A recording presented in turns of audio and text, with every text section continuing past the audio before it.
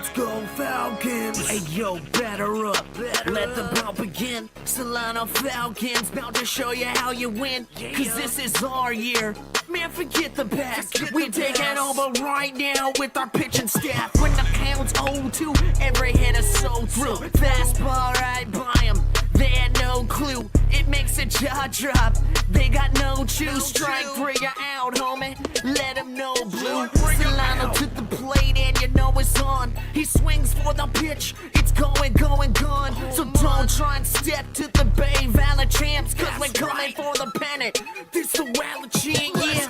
We might strike it out, or we might steal, or make a go-go play in center field. Solano baseball, all have tight skill. All stars everywhere, wait for the champions game time. Hello everyone and welcome to the Solano College Sports Network. It's Tuesday, April 14th, where the Mendocino Eagles are coming to town to take on the Solano Falcons. We're here at Billy and Louise Yarborough Stadium, where I, Robert Murray, will have play-by-play duties today. Joining alongside me on color commentary, Ryan Irwin. Ryan, this Mendocino team has won 3 straight, and they're shooting up the standings at a good time for a playoff race. Yeah, and both of these teams are in the race right now, and we were told before this game they're fighting for the second spot in the Bay Valley Conference right now. So this is playoff baseball initially, in a sense. So, but for the Eagles, their keys to the game, I would say, continue mashing the ball. You look up and down this lineup, and especially today, all of these guys, just about all of these guys, are hitting over 300. That's very rare, especially in today's the way that people hit the baseball now and hit. But I think, you know, they're on a 3-game win streak right now. I think to come into this ballpark and get closer to the playoffs and win on the road against a team that's been playing really good baseball too, I think that's really important for them. Yeah, absolutely. It's a tough lineup when you're facing the Eagles. Yep. And for these Falcons, they slipped a little bit, 2-3 in their last 5. It hasn't gone so well as they're trying to right the ship for the playoffs. Yeah, and I think, you know, with them, they have to build off a win against Yuba. They only won 1 game in that series, but in that game, their pitching only allowed 1 run.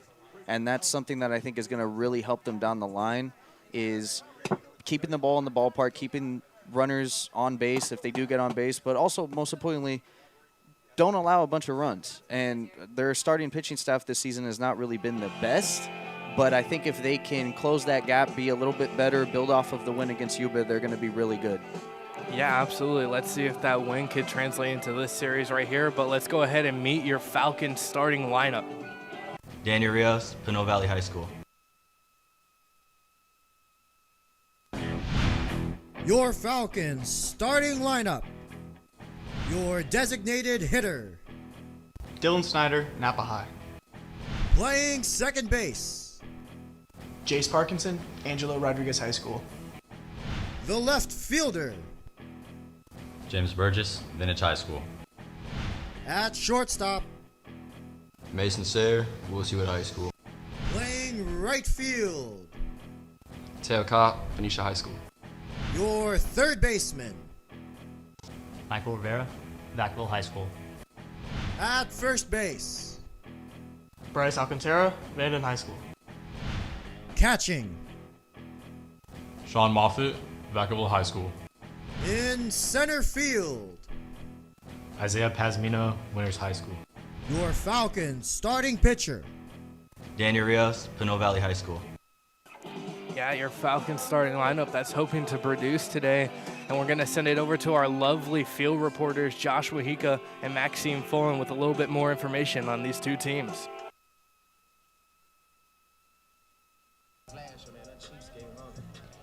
Thank you, Robert. The Mendocino Eagles entered today's matchup with an 8-7 conference record after winning their most recent series against Contra Costa. With only 5 games remaining, the Eagles need to bring strong energy and focus to push to their final stretch of the season. Josh? Thank you, Maxine. Yeah, these two teams have met early this season for a pre-conference matchup where the Mendocino Eagles outdueled Solano 8-3. And today, the Falcons are trying to regroup and look to start strong for their series opener against Mendocino. However, their top first baseman, Noah Rada, will be out for the remainder of the season, finishing his freshman year playing 21 games, which he started 16 of those, where he had a batting average of .262 to go with 8 RBIs. Now back to you, Robert.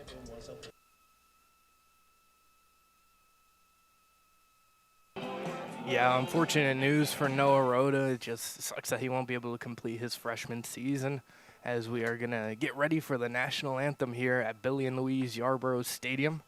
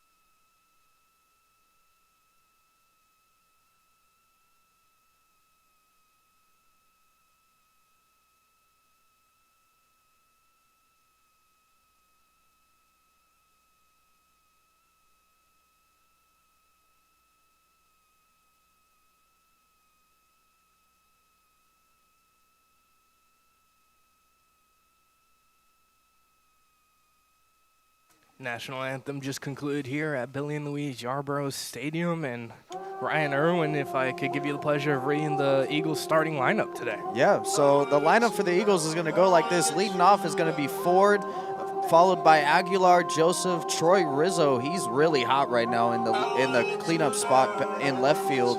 And the DH is going to be Kane Abe. He's also been really hot as of late. And then followed by that, it's going to be Needham at first base. Laughlin's going to be your catcher. Domicelli's in center field, followed by Dawkins. He's at third. And then Bush is going to be on the mound for the Eagles. Yeah, we'll see what Daniel Rios has in store on the mound, though, for the Falcons in the playoff push. Like you're saying, we were talking pregame with Scott Stover, and he was telling us the intensity's up. It's going to feel like a playoff series here, especially with playoffs approaching. And he had a lot of energy when he came over here, right? Like he was, you don't usually see him like this. Yeah, So- usually he's a go silly guy that is just happy to be around the baseball field. And you know what? He's locked in. He's serious for this playoff push. They're trailing Los Medanos right now in the standings at 9-6. Solano is. Los Medanos is 10-5. So one game back of them. And their next series versus Los Medanos, we'll see if they can, or excuse me, versus Laney, we'll see if they can catch up with that. But it's really a 4-team race for 2 spots that Los Medanos and Laney hold right now. Solano and Mendocino looking in. So this is a key series for the Falcons to win here, especially after winning 2 of their last 5. And I think with Solano, again, like I said, their pitching hasn't been the best this season. But right now, this is going to be the most important last few of these games. So I think if you're Solano, you want to be on point with all the small things that they know that they can do right, especially with Scott Stover's lineup and their pitching and stuff. If they can get that down, they will have a very good chance to sneak in. Absolutely. Here's the leadoff hitter for the Eagles, Trenton Ford, stepping into the box. Rios, his first pitch. In there for a strike at 2 o'clock, starting right on time here today. And Trenton Ford, I mean, this guy's been on a tear this year. 36 hits, 21 RBI. To go with 19 walks, slashing 290, 405 on base, 363 slug. Yeah, and that's just one of 8 guys in this lineup that have been on a tear basically the whole year. And that one's going to be popped foul and out of play to the right side. So a 1-2 count here to start the game. And they put the bat on the ball a lot. They don't strike out a lot too, which I think is very important if you're going to have success in any league. That one's going to be chopped over to third. Rivera with the big hop. Throw over to first. Is not going to be picked by Alcantara. Just went right through his glove. Thought he secured it.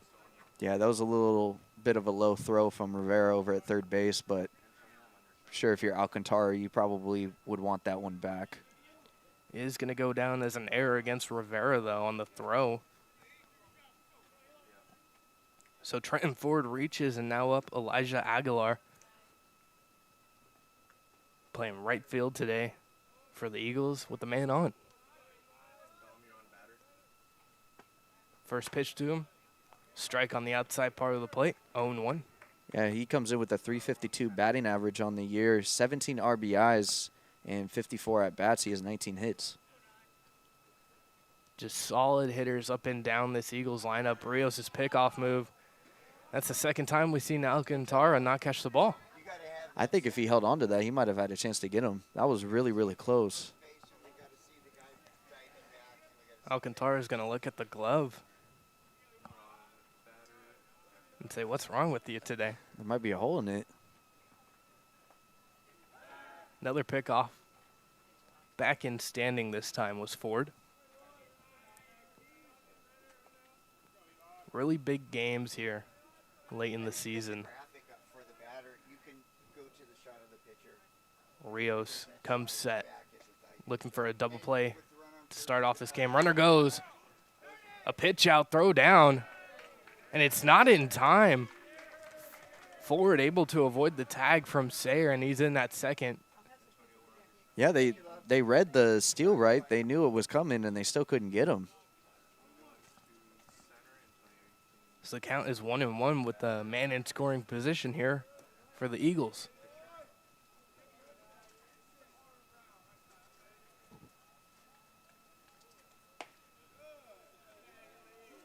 And of their 234 runs scored this year, they've driven in 204 of them for an RBI. That was credited to the batter. So they knock him in. They don't get him by wild pitches or anything like that. They know how to hit the baseball. Showing bunt, pulling it back.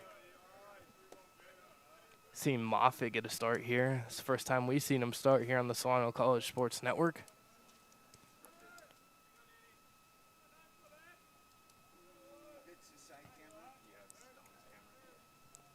So the 3-1 misses inside, ball 4.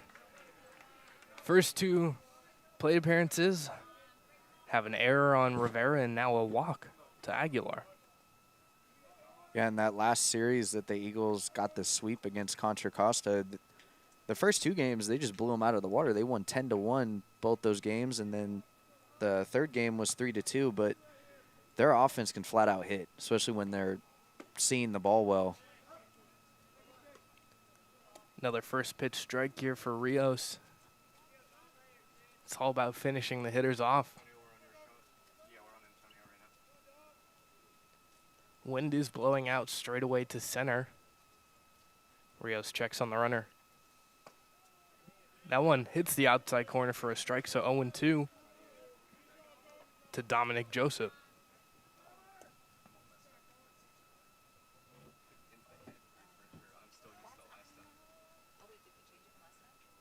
Ford on second, Aguilar on first. Rios was going to pick off the second, nobody covering. Yeah, Joseph, who's at the play right now for the Eagles, he has a 426 batting average on the season and a 456 slugging percentage, which is really good. Yeah, there's a reason you put him at the third slot in the order. He's there to drive in runs. Let's see if Rios can slow him down or if he can win the battle here. Rios is set. The 1-2. It's going to be fouled and out of play. Count remains the same, 1-2.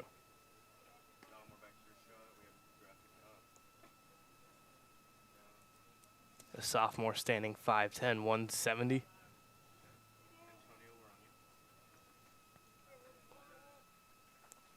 Rios steps on the rubber. Comes set. Checks on the runner at second. His pitch. Gets by Moffitt, and the runners will advance and move up. So now runners in scoring position. Ford down to third and Aguilar to second. Yeah, that ball just got away from Moffitt.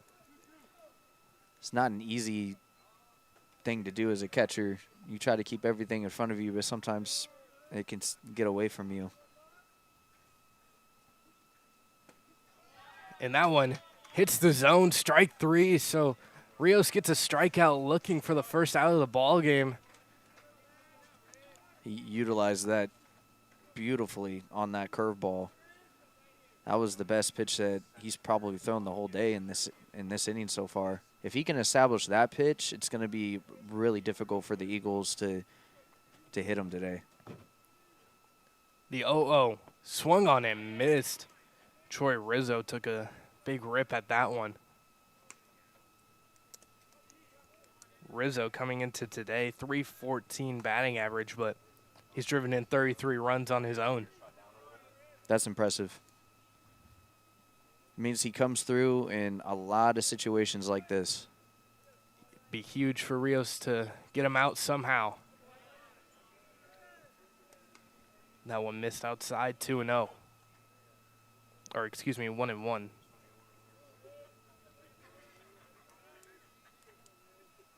Is the count?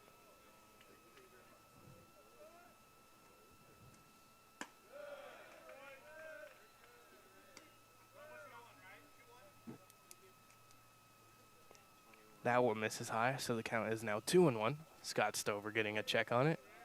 Shows how much he's really paying attention today. These games really mean something. And that one's going to be flared towards the home dugout. Not already able to snag it with the bare hand over there.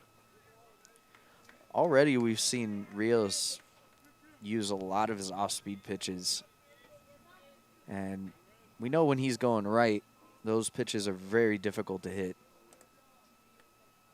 The 2-2 misses outside for ball 3, so it's going to be a full count here to Troy Rizzo. Kent Abe, the designated hitter, on deck.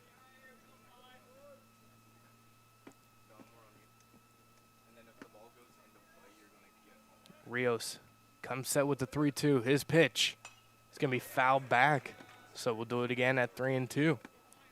That looks like that's his best pitch right now, the curveball right now. He's thrown the most strikes with it so far. It's all about finding that grip early in the ball game. Forward on third, Aguilar on second. Rizzo at the plate. Rios' 3-2 is high, ball 4. So bases will be juiced, and Kent Abe coming to the plate. We talk about slugging percentage, right? Kent Abe leads the team with a .667 slugging percentage right now, .381 batting average. Jeez. He also has a home run. He has one of the 4 homers, huh? Yep. If you came to the Solano College Sports Network broadcast, as this one's going to be lifted to center field, Pasmino getting a break on it, it's going to land in front of him. 1 run is going to score, a runner flying around third. Sayer, he's going to throw it home, but it's not going to be in time. And there's the slug you were talking about. Puts a ball into center field and scores 2 runs. Yep, and that's what he's been doing all season. He doesn't try to do too much, but he can hit for power. But one of the things that I've noticed with this Eagles team this season is they do a lot of the little things right, too. They don't just try to hit the ball over the wall. They just do that, you know, put the ball into the outfield and find grass, and that's exactly what he did there. So the Eagles have a 2-1 lead, and Evan Needham, you might need some later, is up to the plate. .372 average. It's not bad. It's only the best on the team with enough games played.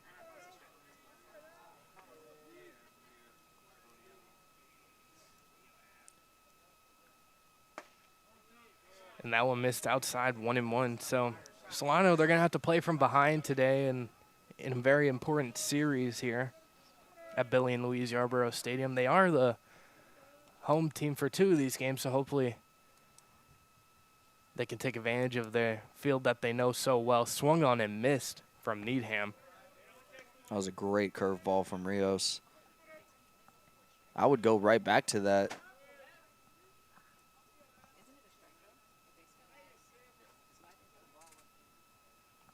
So the count is 1-2 now. And that one's going to be fouled off. Look out over there.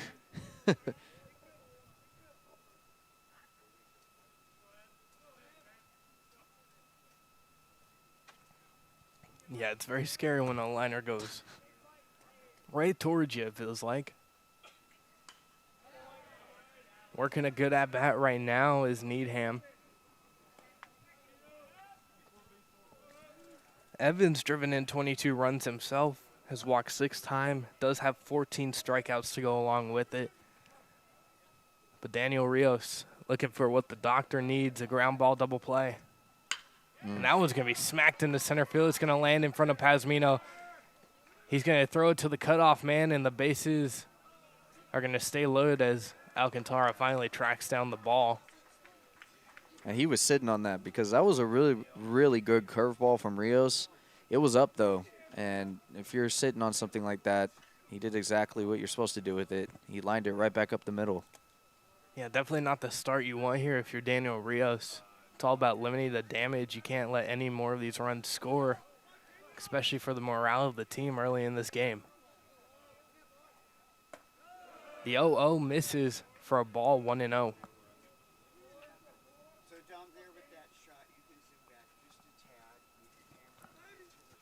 Rios dealing with the bases loaded situation, trying to get out of it for the second time. First bases loaded situation gave up a 2-run single.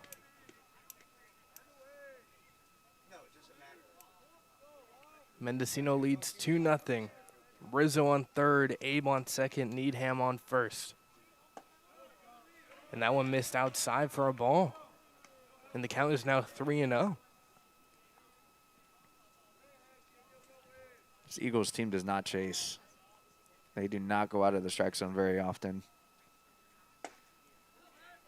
Canyon Laughlin taken all the way, 3-1.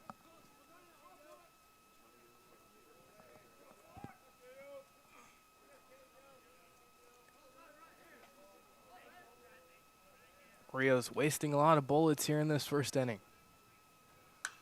That one's going to be lifted high and headed back towards us. Watch out. Almost snagging it in the crowd just off a spectator's hand. I was waiting for it to hit our thing. Yeah, I was a little worried. Then I saw the crowd freaking out a little bit. Full count, 3-2. Popped up on the infield. Parkinson calling for it. Infield fly rule is called. Parkinson will catch. Get it back into Rios. So 2 gone. Bases remain loaded now. Here for Jack Domincelli. You know, if Rios is able to get out of this with only giving up 2 runs, it's not that bad. That would be huge here for the Falcons. We know their offense can score as well. It's just all about limiting the damage now. Domincelli takes the first pitch outside for a ball.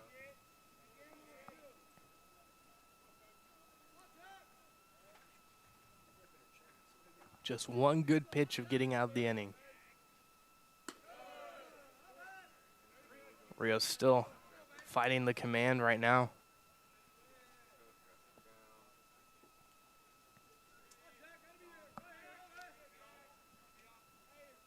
The 2-0 in there for a strike, 2-1. And Jack just gave us, I think, what is one of the harder names to pronounce, just with all the spelling. Domincelli.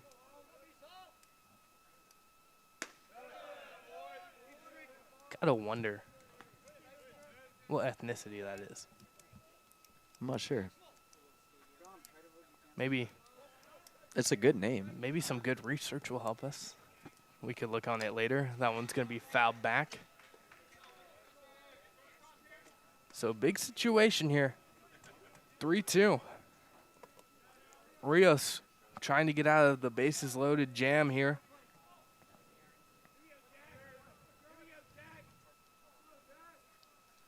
The 3-2. Hit the outside corner, strike 3. Rios lets up 2, but leaves 3 on. Score is 2-0 here on the Solano College Sports Network. Hi, I'm Sean Moffitt, and thanks for watching the Solano College Sports Network.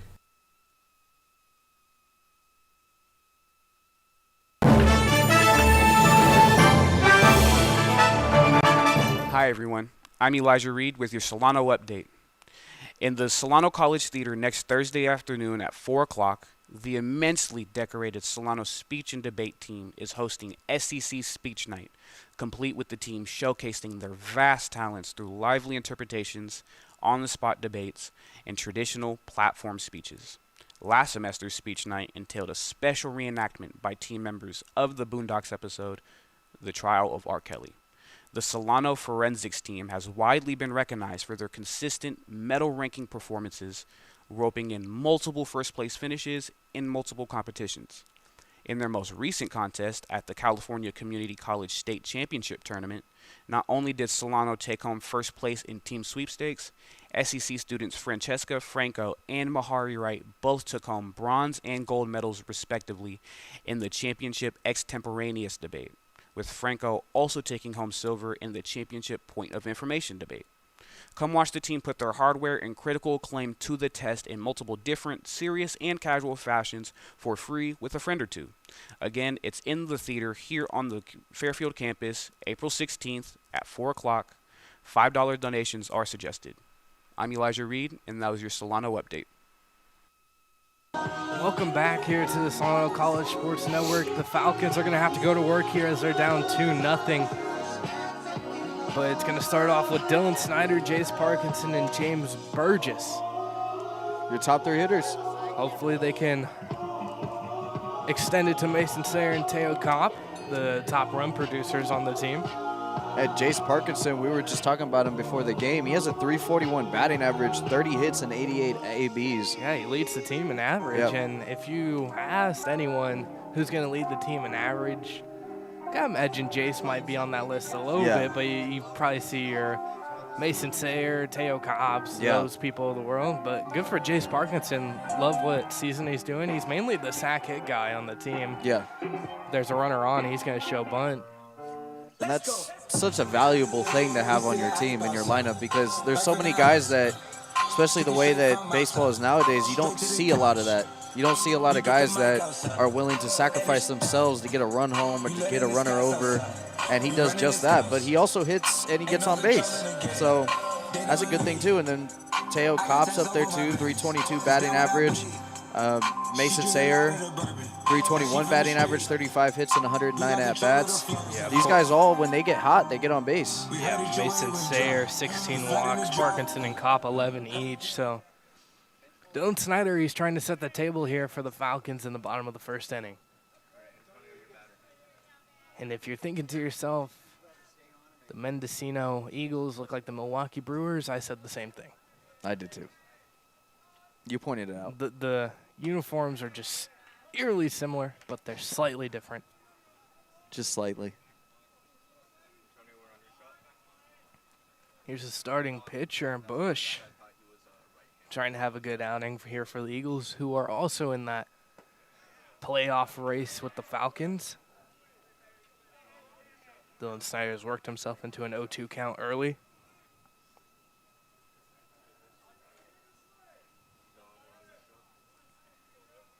Bush stands tall on the mound. His kick the pitch. Misses in the dirt. Went off speed with it.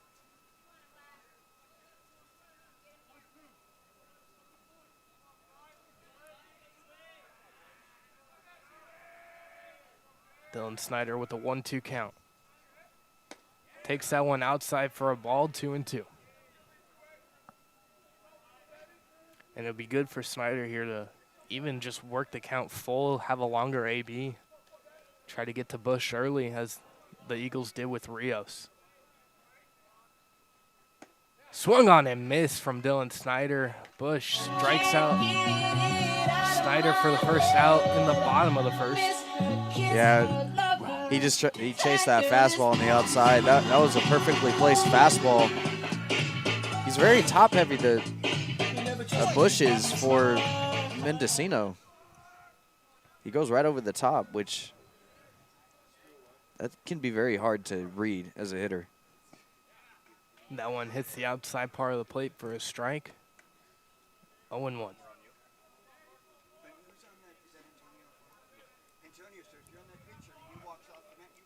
So I'm scoreboard watching right now with Laney. They're playing Los Medanos right now, and That one's going to be nubbed off the bat of Parkinson. He's trying to hustle this one out. Can he get there? Oh, Parkinson trying to beat the throw. Does a little bit of a face plant at the end of it. Tough kid. He's up right away. he's fast too. He almost beat that out. But I was going back. It's top of the second. It's 0-0 currently. So Yeah, that's definitely a game you want to keep your eye on. If you're a Falcons or Eagles fan here today, you got to watch the standings a little bit. There's tiebreakers involved with everything. The main job is just win ball games.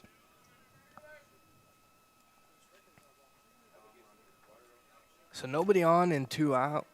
James Burgess, the left fielder, hitting in the 3-hole today. Bush, the wind, the kick. And his pitch is going to be fouled off the catcher, Laughlin. Laughlin's feeling down his hand a little bit, took the glove off. Catchers are tough. Think they're hurting on every part of the body, but you wouldn't know it.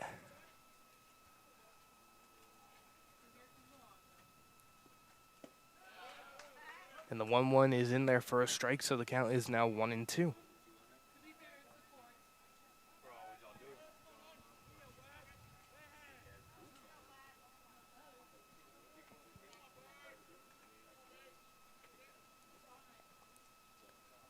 The 1-2.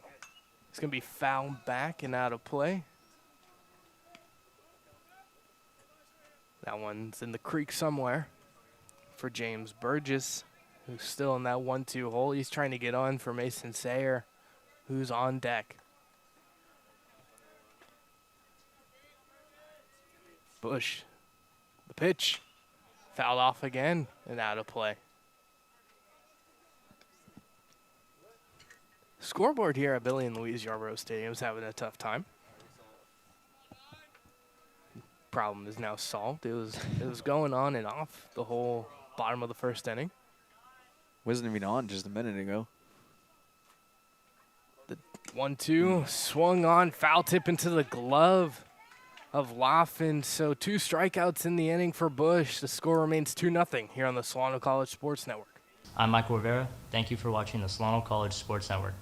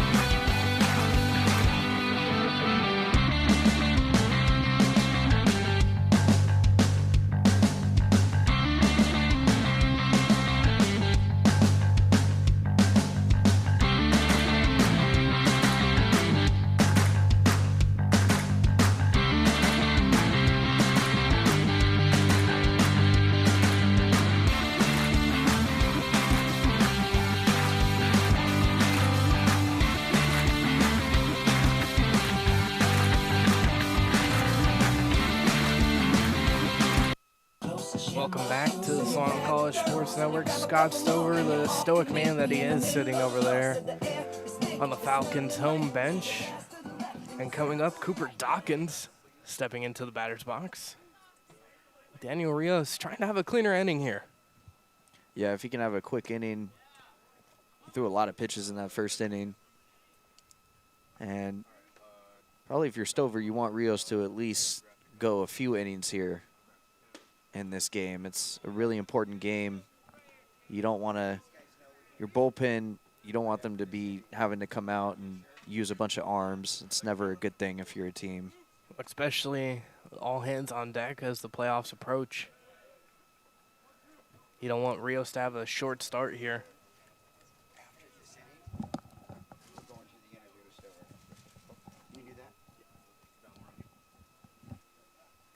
Rios, the 1-2. Misses outside, so the count is now 2-2.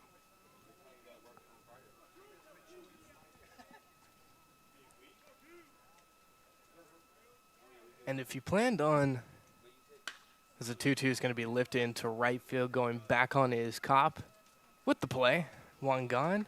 What I was going to say is if you planned on going getting a snack, taking a bathroom break during this intermission, I recommend you stay just for this one, as Josh Mahika is going to interview Scott Stover in between the innings.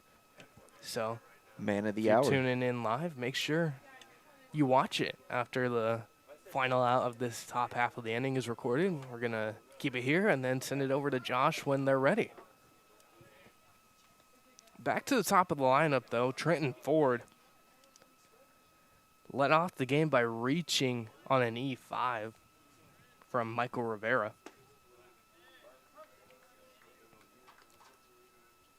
Second at bat, second inning. Isn't that funny how that works sometimes? It's kind of funny. That one's going to be grounded over to Rivera, trying to make a diving stop. Sayer, backhanded throw is not going to be in time. Sayer probably had no chance on that after it got by Rivera. So it's going to be an infield single off the bat at Ford.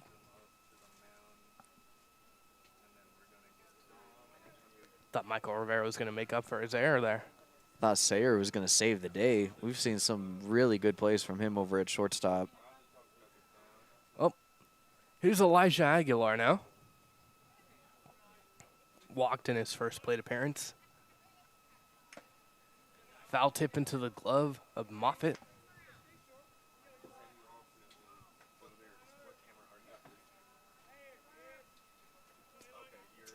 Rios comes set, the 0-1. Forward, back, and he's in on the pickoff attempt.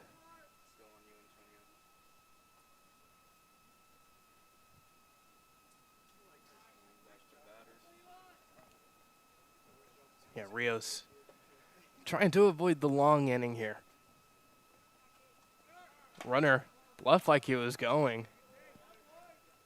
Got Moffitt to come out of the crouch and was going to gun throw into second, but lost handle of the ball. Forward, Ansi at first. Pickoff attempt, got him leaning, and he's back in just barely by fingertips. That was close. Rios had a good move right there. Got Ford leaning. Got to imagine Ford's Ansi is still another bag. That one's going to be bunted foul, 1-2. Bunted her right over to Stover. Yeah, the magnet ball's finding him right now. Just all the attention will be on him in just a moment. As we can see Josh Mojica waiting over there. Ball in the dirt, blocked by Moffitt. He's not going to be able to get a throw off, so Ford will advance down to second.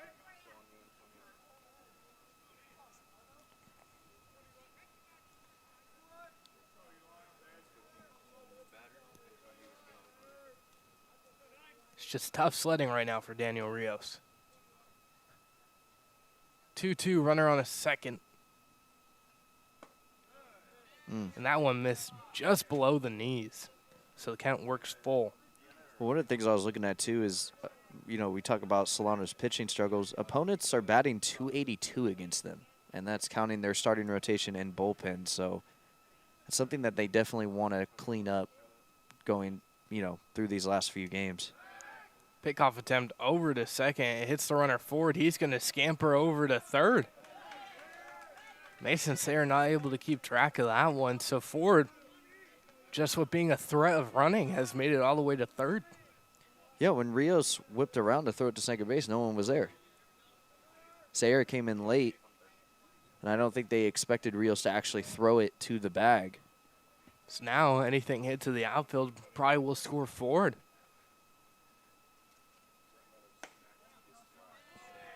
And that one misses outside, ball 4, so the second walk of the game for Aguilar. These pitches are so close. I mean, that's right where he probably wanted that curveball. So runners on the corner now. Dominic Joseph struck out looking for the first out of the ball game in his last plate appearance.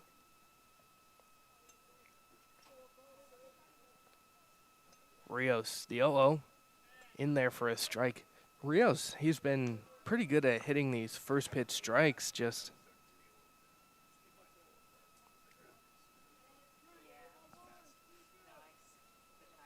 not able to follow through. Yeah, those put-away pitches sometimes. That one's going to be bunted over to first. Alcantara picks up, tags. A run is going to score, though. So make the game 3-0. Aguilar scampers down to second. Put that down as a sacrifice bunt.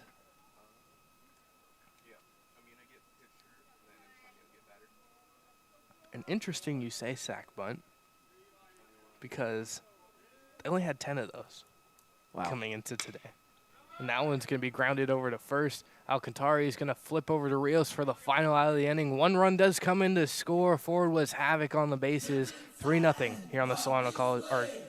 Well, we're going to actually keep it here on the Solano College Sports Network, as Josh Mojica is going to get ready to interview Scott Stover. So looks like things are getting ready, and we're going to send it over to Josh.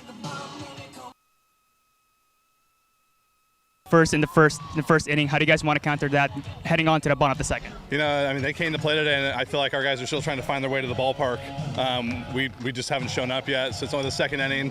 I'm hoping that some of these sophomores pick it up because right now they're not playing like sophomores. But there's a lot of game left, so I think it can happen. Gotcha. And Coach, looking at the Bay Valley Conference standings, it's you guys, Laney and Los Medanos, fighting for a playoff spot. What do you need to see from your team today that will get the job done and, of course, set the tone for the next games? I just need to be more aggressive. We have to be more aggressive in the zone on the mound. We got to be more aggressive defensively. And we have to be more aggressive at the plate. And we are not aggressive in any aspect of the game right now, so they got to turn it around right now, and I'm hoping they do. Coach, thank you so much and good luck. Thank you. Robert, back to you. Well, yeah, you can hear Scott Stover. He doesn't seem happy over there in that home dugout right now. Said it looks like some of the sophomores and the whole team are still finding their way to the field. But he really is relying on those sophomores to pick it up right now, like Mason Sayer, Teo Kopp.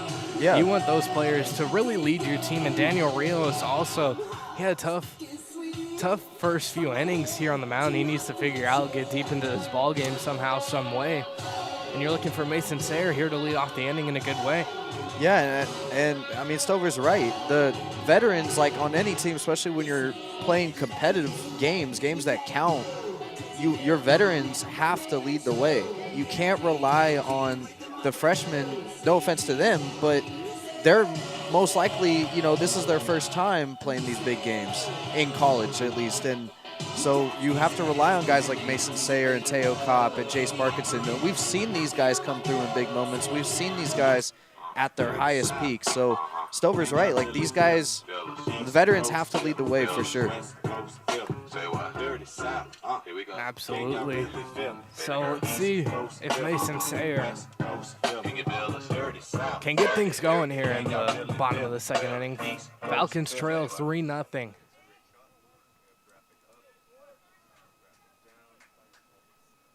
Eagles have been hot, winners of 3 straight. And it's carried into this ball game here at the start. Mason Sayer takes the first pitch of the inning for a ball. You got to imagine one of the better hitters on the team. A man made for pressure moments, trying to spark a rally. In there, 1-1.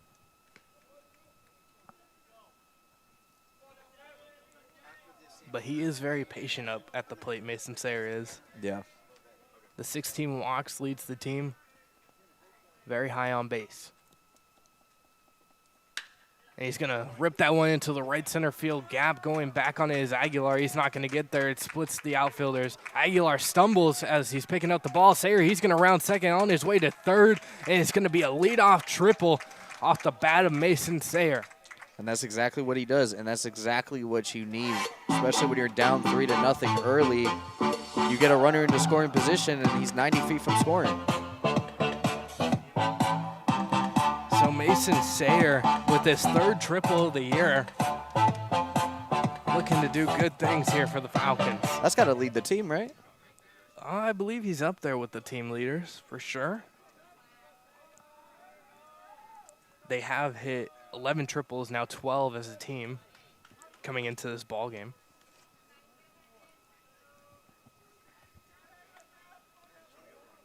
But here's Teo Kopp. Leads the team with 24 runs batted in. Looking to drive in another. That one misses in the dirt. Sayer, stays at 3rd. Combine Sayer and Stay. That'll happen to you from time to time.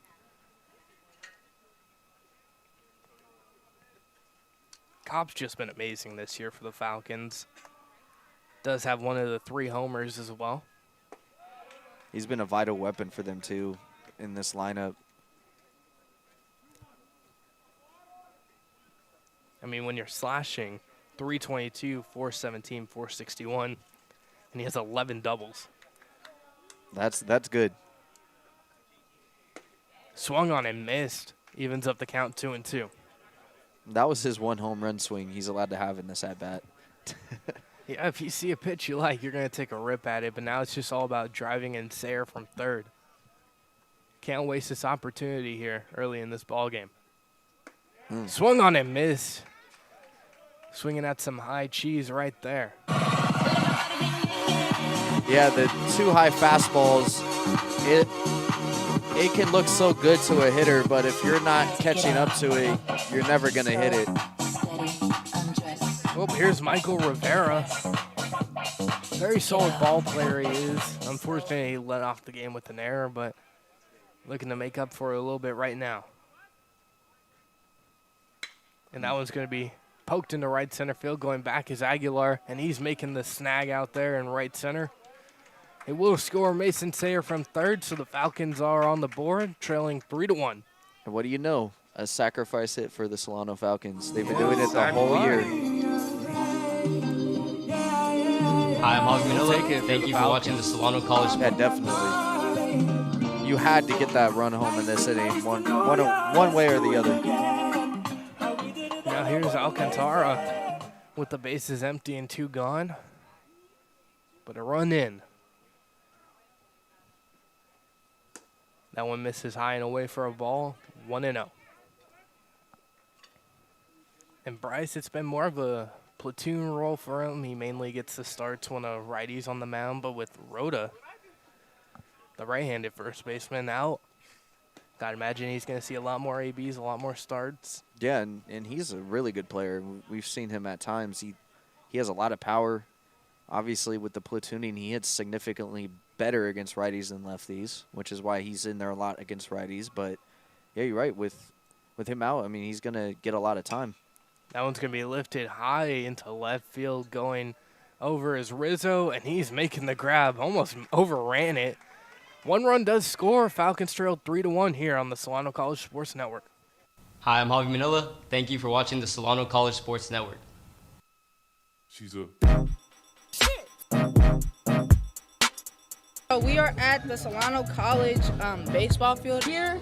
We got TriCaster and we got the monitor. That's where the big drop Malcolm sits, and he's like a head coach calling all the plays. We got Ryan here, Dennis, also known as Bigger D. We got Miguel, little Maxine. I'm gonna be reporting. We got Big Bro Robert. He's actually gonna be play-by-play announcer. You know, this guy helped me a lot. So if he gets paid for this, he's gonna be helping me out for another year. The legend, Josh Mojica, don't play with. He's really like that. And then if you come over here, we have the audio mixer. You know, this is where you connect the headsets for the broadcasters. Instant replay thing. So I think we're actually gonna get into that. And then if you come over here, that's our side camera. You know, side camera where we're getting those shots. We're gonna have a good day. We're gonna have a good broadcast. I hope that everybody enjoys this broadcast and also the crew. This is what it's about right here. Is the people who we have here. This is what makes it happen. We're gonna have a good day. All right, we're signing out. Bye. Welcome back here to the Solano College Sports Network. Leadoff triple from Mason Sayer. He finally came around to score on a sack fly from Michael Rivera. And that's where we are, 3-1 now. Falcons trailing. And it feels like the momentum is kind of turning now. Yeah. Hopefully Rios can have a clean inning as the bats are heating up a little bit. Yeah, and hopefully that hit by Mason Sayer kind of ignites that dugout. They've been kind of taking a lot of pitches down the middle, and Bush is just throwing strikes. He's not doing anything too fancy, and hopefully, Sayer, we know that he's a team leader, and he did exactly what they needed to do. They needed to get that run home too, so that was a really good job by the Falcons to make sure that he gets home. Absolutely. Here's Kent Abe, designated hitter, had a single his last time up. Didn't record an RBI on it, sadly. Or excuse me, he had the RBI. It was Needham who had the single with the runner on second, but the runner didn't come around to score. But Abe, 2 runs batted in for him. Wanted to offer at that one, but it hit the zone anyway for a strike.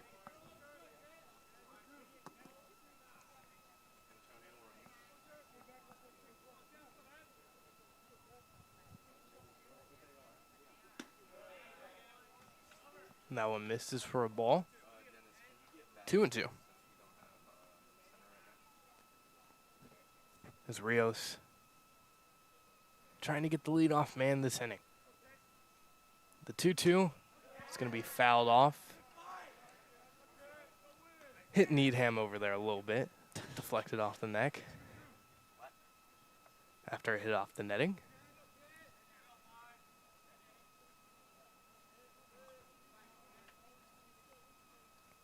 Rios, the 2-2. High and in on Abe, and he was scampering out of the batter's box. Chin scratcher right there.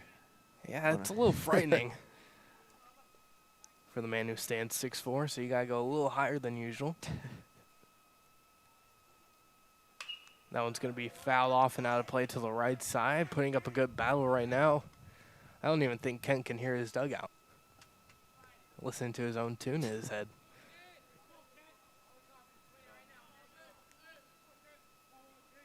Just a modest man, really.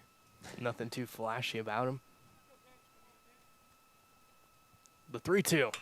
It's going to be lifted high into center field. Pazmino shading his eyes. It's going to be the right fielder, Kopp, who has it for the first out of the inning.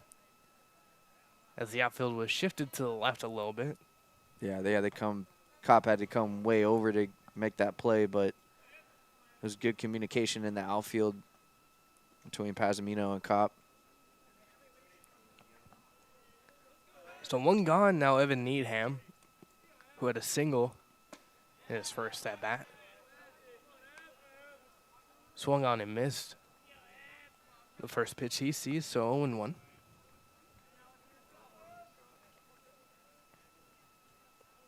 The 0-1 from Rios. Misses outside. 1-1.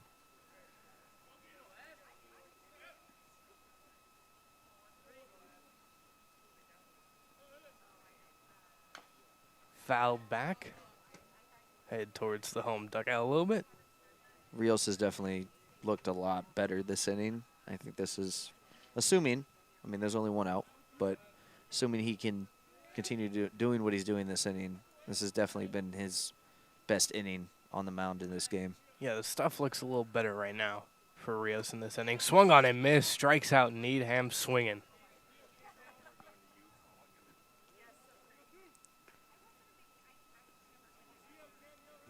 So 2 up, 2 down now. Canyon Laughlin.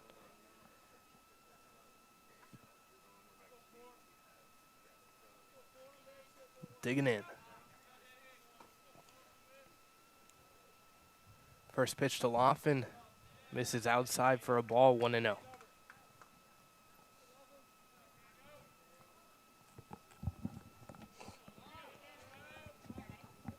The 1-0 in the dirt, 2-0.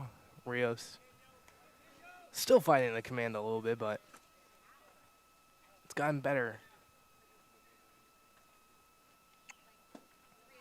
Hits the corner right there. 2-1. The fastball command looks a lot better for him, and especially the first inning was kind of all out of whack, but his curveball was really good. And Laughlin lofts that one up behind the plate. Moffitt giving it chase, and he's not able to track this one down. Couldn't really find it, saying the sun got in his eye a little bit. yeah, he couldn't find it when it first got hit up in the air, and I think that's probably what is the main reason why he wasn't able to get over there. As good of an effort as he made. So 2-2 is the count. Rios, his pitch, hits the batter. So Laughlin, he'll take first base after the hit by pitch. That was weird. It like ricocheted off the batter, and then it hit Moffitt right in the face mask, and then it bounced up and hit the umpire in the chest protector. Triple whammy, some would call it. So Rios works with the man on now. First pitch, and he hits another batter in Jack Domincelli.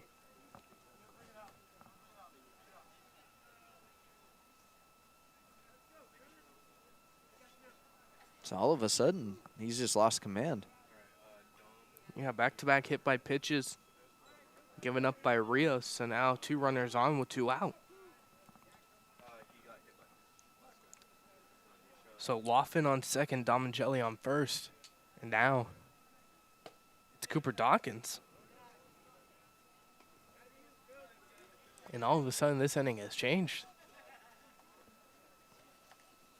And you don't want to make speculation of any sort of injury or anything like that, but it really seems like Rios is having a tough time. People speculate Garrett Crochet, who got shelled by the Twins yesterday. They're speculating he's injured, even though his stuff's down, and it feels like Rios' stuff is down today. Yeah, everybody struggles, you know, not everybody has great outings. Being a pitcher is so difficult sometimes, especially if you kind of go through the arsenal, right? Like if something's not working, you're like, okay, what does work? And then you try to stick with that pitch. But you're really not going to get away, especially against a good team like the Eagles, you're really not going to get away with just one pitch the whole day.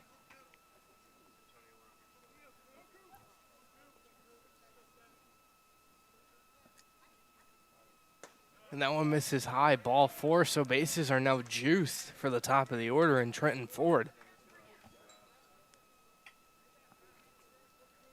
And for Rios, it's just been one of those starts. Don't really know how to explain it. Yeah, he had really good command in the beginning of this inning, and then he hit the 2 batters, and then all of a sudden. Yeah, now it's bases loaded with 2 out. So Ford, first pitch he saw was a strike. And that one's going to be lined back up the middle. It's going to score 2 runs. As Domincelli comes around third, he finally scores. So just like that, the lead bumps up 2 more. Mendocino 5-1 over Solano. Once again, it's an inning where he's thrown a lot of pitches. I believe in the first inning, he threw 20 pitches in the very first inning. And this inning, he's right back up there. And there's no one warming up in that bullpen down there for the Falcons, so Stover's really trusting that Rios is going to be able to give him some innings today. That one sails to the backstop, and Moffitt couldn't grab it. But I'm not sure what's going on right now. Got to imagine what's going through the mind of Stover right now and how early he wants to get somebody up in the bullpen. And he's looking down that dugout right now.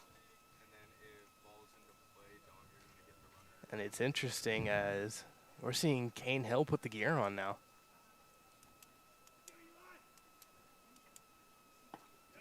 That one misses in the dirt for a ball. That's very interesting to see that.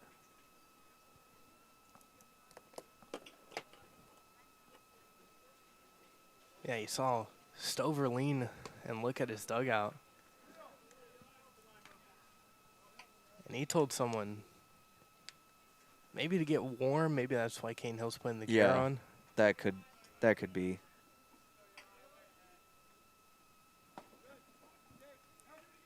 Usually a backup catcher, Kane Hill, so it's why it was kind of interesting seeing him put the gear on. Have seen him play some first base.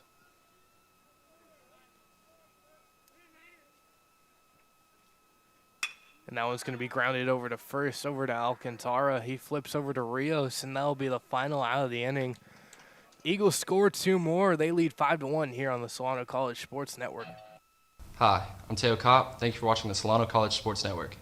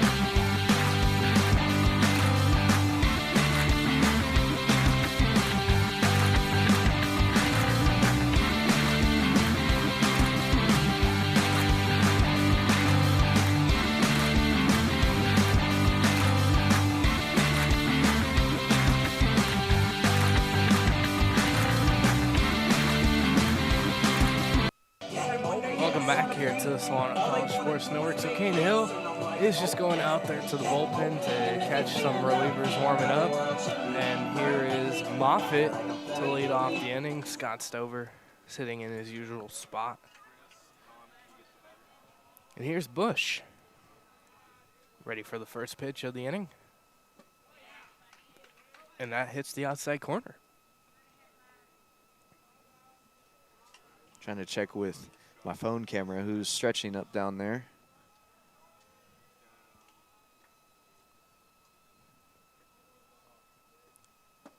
Swung on and missed. So the count is now 0-2.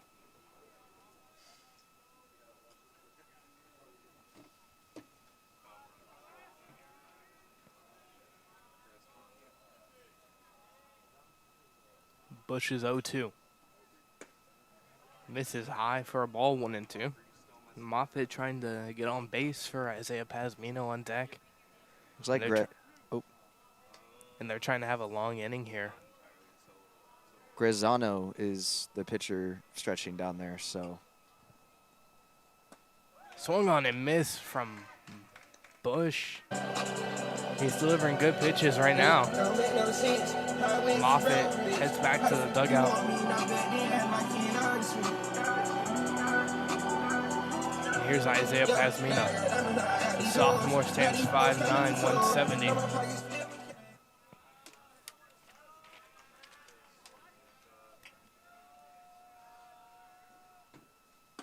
That one misses high to Paz. 1-0.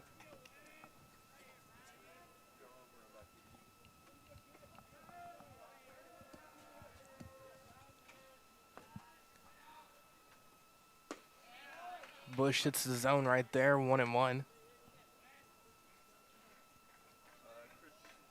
Falcons trail 5-1 here in the bottom of the third.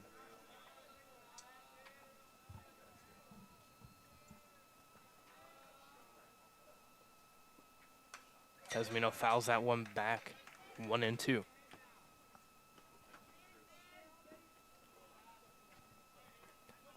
Bush just looks confident on the mound right now. Yeah, I mean, he has a 5-1 lead, but, I mean, other than that one run, they haven't really been able to get much offense against him. Spikes that one in the dirt. 2-2.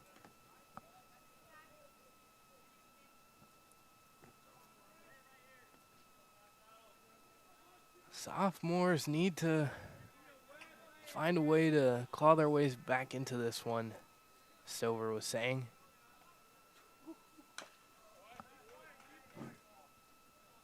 And Pesmino needs to be a part of that group. Yeah, and those pitches right there, he's been getting away with all day today. Other than Mason Sayer's triple, those are the pitches that, especially like we were saying and like Stover was saying, the veterans in this lineup, they have to be able to put those balls in play. The 2-2. Misses in the dirt, so the count works full. Pesmino putting up a good at-bat right now. Snyder awaits on deck.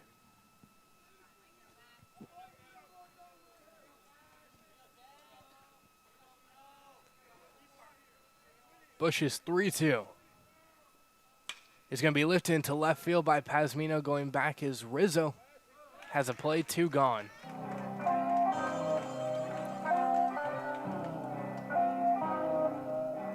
So Pesmino, he put a good swing on it, just unfortunate part of the field to hit it to. Yeah, he gave it a good ride, and he got a good pitch to hit. Let's go. We see that hype outside. Right from the house. Took it straight from outside. So now back to the top of the order We put the mic outside. with Dylan Snyder. Struck out swinging his first time up.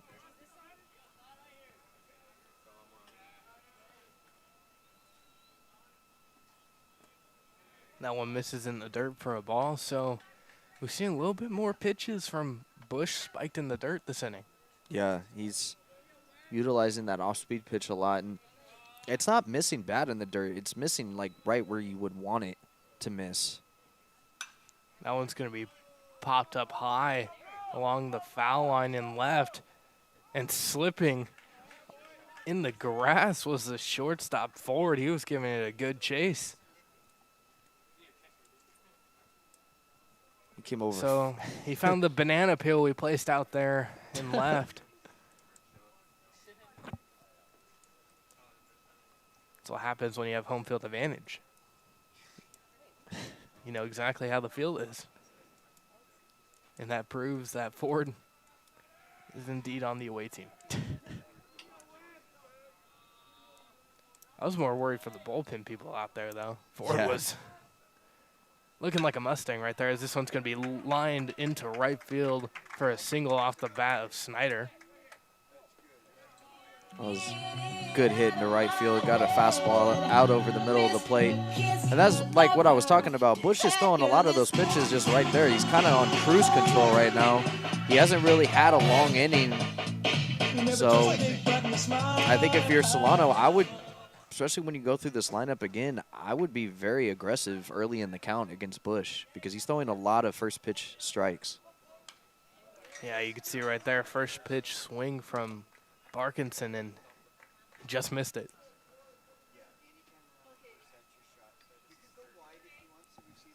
We've mentioned it before, but Parkinson, 341, leads the team in average. 88 at-bats. Has been a solid player all season long, showing bunt, getting it down to the left side. Will it stay fair? Yes, it will, and Parkinson with a 2-out bunt single. It's like a video game bunt. He can't place it any more perfectly than he did. Yeah, I don't think he could roll it out there any better. So now it's a good part of the order to get to. James Burgess, Mason Sayer, and Teo Kopp are the next three coming up if they're able to extend this past Burgess.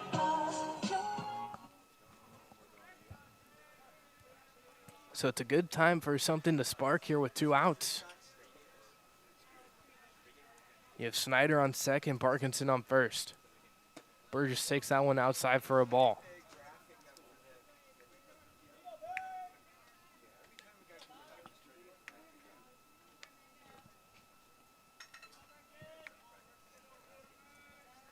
Bush took a long time getting his sign. His kick, the pitch, swung on and missed from Burgess. 1-1. Got a 1-0 off-speed pitch, it looked like. Definitely not sitting on that if it's a 1-0 count.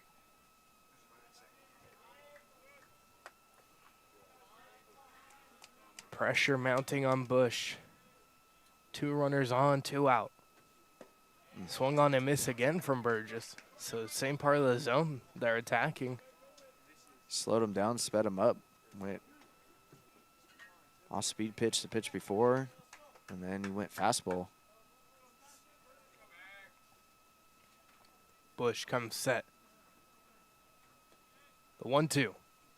It's going to be popped up. Third baseman Dawkins giving it chase. And it came spinning back into fair territory, but he was able to hold on for the third out of the inning. So 2 runners reach, no one scores. 5-1 here on the Solano College Sports Network. My name is Aaron Strong. Thank you for watching Solano College Sports Network.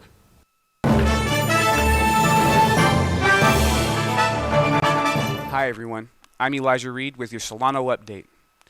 In the Solano College Theater next Thursday afternoon at 4 o'clock, the immensely decorated Solano Speech and Debate team is hosting SEC Speech Night, complete with the team showcasing their vast talents through lively interpretations, on-the-spot debates, and traditional platform speeches. Last semester's Speech Night entailed a special reenactment by team members of the Boondocks episode, The Trial of R. Kelly. The Solano Forensics team has widely been recognized for their consistent medal-ranking performances, roping in multiple first-place finishes in multiple competitions.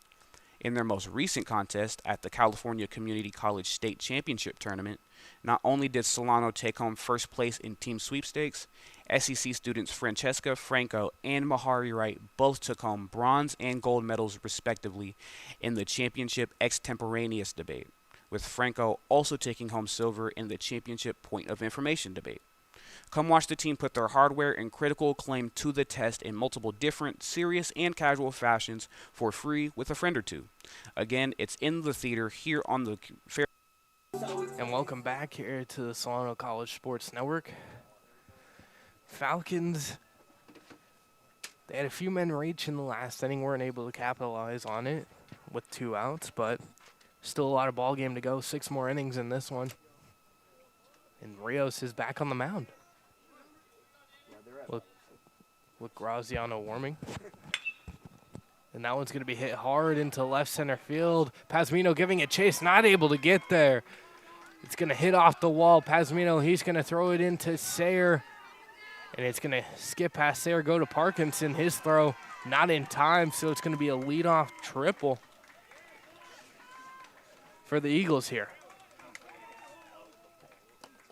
More traffic on the base pass for Rios and the Falcons. The Eagles, I mean, they've been doing this to just about every team that they've played this year. Getting runners in scoring position, hitting the ball into gaps. So Dominic Joseph with the leadoff triple.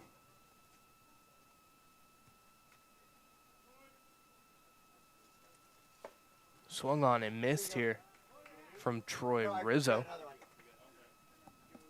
Yeah, I was going to say the Falcons at-bats last inning looked a lot better against Bush. They were more aggressive early in the count.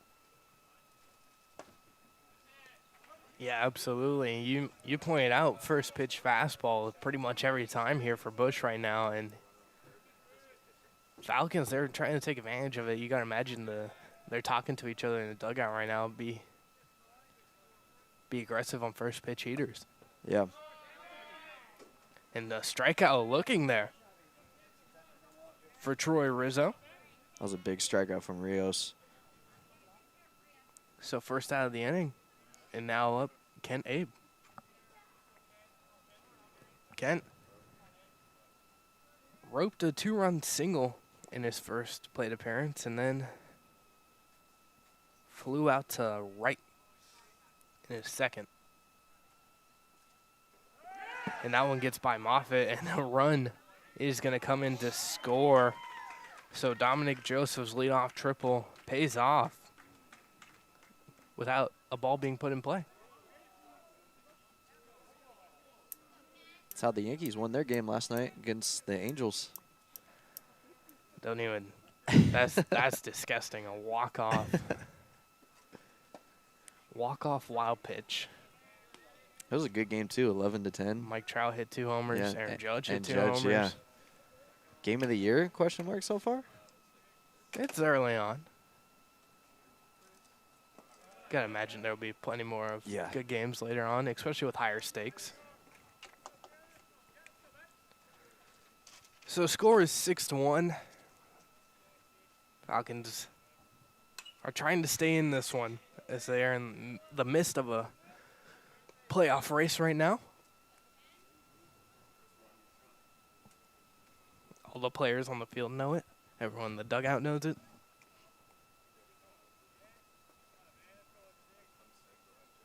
Even the broadcast crew knows it.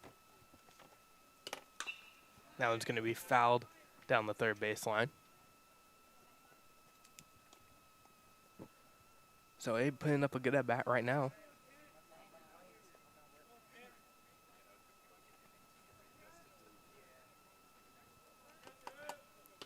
In a 2-2 count with 1 out and a runner in. And that one misses for a ball, so the count works full. The count is now 3-2.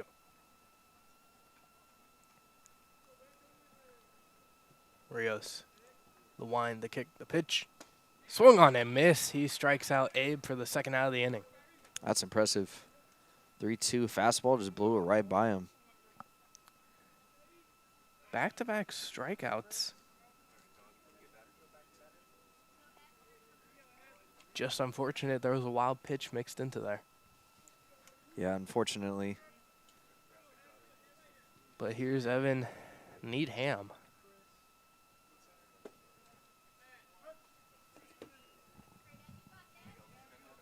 Can imagine there's a lot of jokes with that last name. Needham, yes I do. Rios misses right there, 1-1. I'm sure he's got plenty of nicknames over in that Eagles dugout. I could imagine, yes. This one's going to be swung on and lifted high into left field. Going back on it is Burgess at the track, at the wall, and that one's off the wall. Burgess is going to pick it up and throw it in. It's going to be a 2-out double off the bat of Needham. If that was just a little bit more to the left, that would have been a home run. Yeah, Burgess. He hit into the wall pretty good. Just fortunate part of the fence to hit it to. Deeper part of the stadium. Off the middle of the wall. If it was more left, like you're saying, Ryan, that one's out of here. Yeah. And that one's going to be hard into left center field. It's going to score a run. Needham, he's going to come around third and score easy. So it's back-to-back 2-out doubles. So the double-double is working here in the 4th inning. This game's just getting away from Solano, and that's going to be it for Rios. Stover's coming out. Yeah, Rios, not his best stuff today. It's Scott Stover. Signals to the bullpen. And it's a unfortunate start and an unfortunate time here for the Falcons.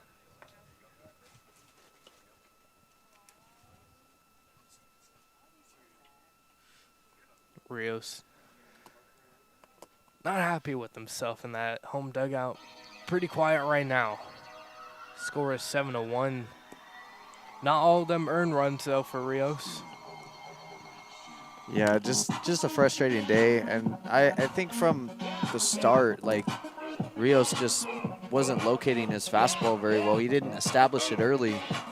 And his curveball was probably his best pitch the whole day. But, again, like I said, you don't want your best pitch to be your off-speed pitch because you're not going to – more than likely you're not going to be able to command that all day perfectly the way that you have to, because we saw some mistakes today where he hung that curveball up and it got smashed into the outfield. And, you know, you have we've seen Rios be a very good pitcher. We know he's a very good pitcher. This was just unfortunately one of those days where he ran into a really hot Eagles team right now offensively, and I mean, they were ambushing him. 3 and 2/3 innings pitched. He gave up 7 runs, and 6 of those being earned. It's just not a good look for Rios here today. But here's Graziano now onto the mound, and he's just trying to eat some innings at this point, save the bullpen.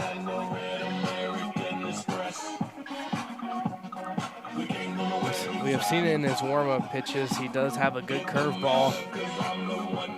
Tough for Moffitt to track it, apparently.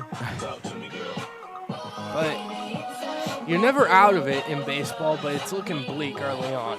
7-1 is the score. Bats need to get hot quick.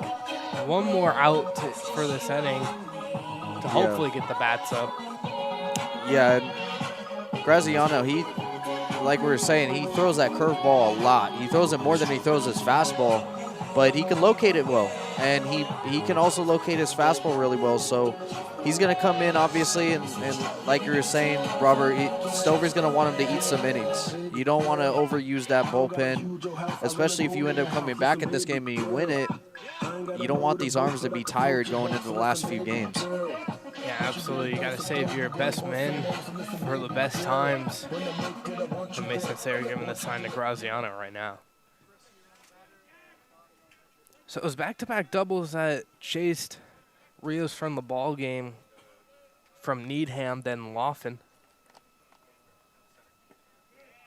And the first pitch from Graziano is a ball to Jack Domincelli.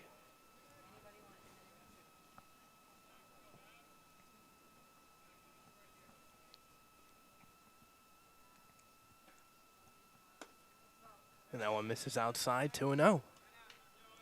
So Graziano struggling to find the zone early.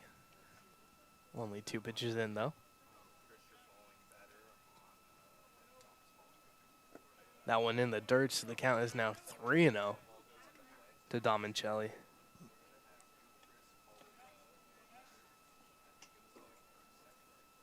Who got hit by a pitch his last time up. Domincelli was, he was hit by a pitch in his last at-bat. Showing bunt pulling it back, and he works a walk. So Graziano puts on the first man he faces.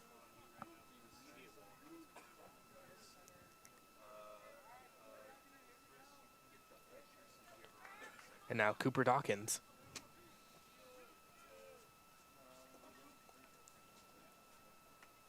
The sophomore takes the first pitch for a ball in the dirt, tells the runners to stay. It's ball 5. Yeah, 5 straight misses to start the outing for Graziano.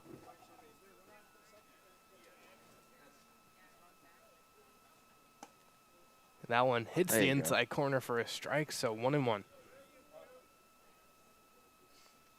Now you can take a deep breath. Got your first strike. Hopefully many more to follow. The 1-1 is going to be grounded over to short. Sayre on the backhand, looked for second, now heads over to first, and his throw is in time. Mason Sayre indecisive, but was still able to record the final out of the inning. 2 runs scored, 7-1. The Falcons trail here on the Solano College Sports Network. My name is Mason Sayre. Thanks for watching the Solano College Sports Network. Hi, Christine Manny, full-time instructor at Solano College Theater.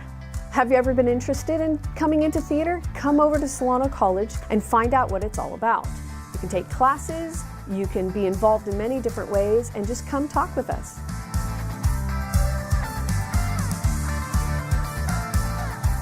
Check us out at www.solano.edu/theater.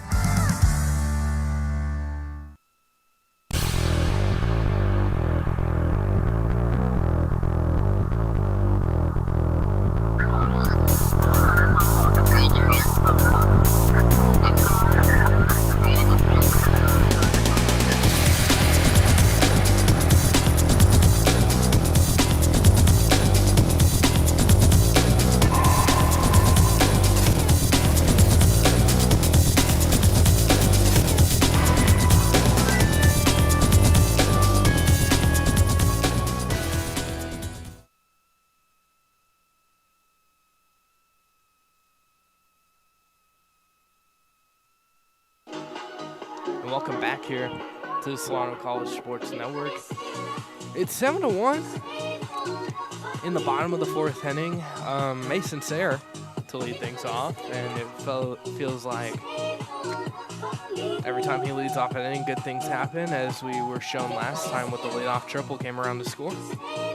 You almost just wish, like, it's good that he leads off the inning and he gets on base, but you almost wish that other guys got on base and let off the inning, and then he was the guy to come up and knock him in, because it always seems like he gets on base, he hits the ball into gaps, extra base hits.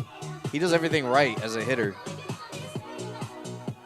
Well, that's what you want from your shortstop. You want him to be a star, and when you have the spotlight shining on you, as most shortstops do, you got to produce, and he's able to do that for this team. Yeah.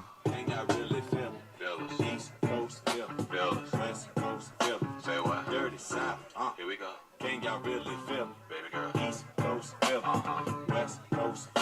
Sophomore standing 6'1", 175.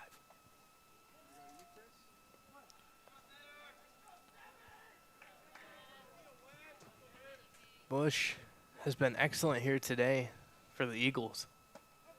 As the first pitch, he pumps to Sayre for a strike. And he's just been doing that the whole day. He's just been pumping those first pitch fastballs right down the middle of the plate.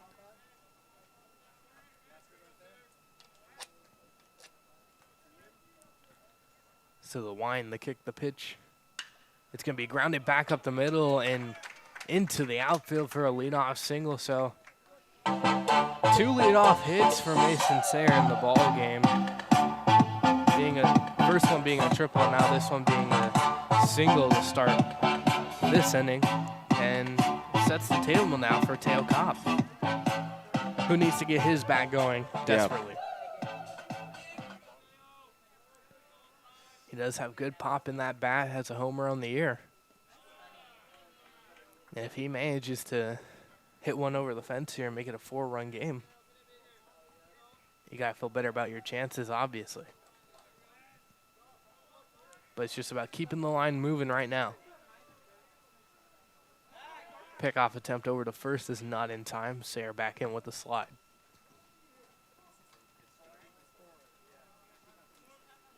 If you're a Kopp and you see a fastball right down the middle of the plate, why not let it fly?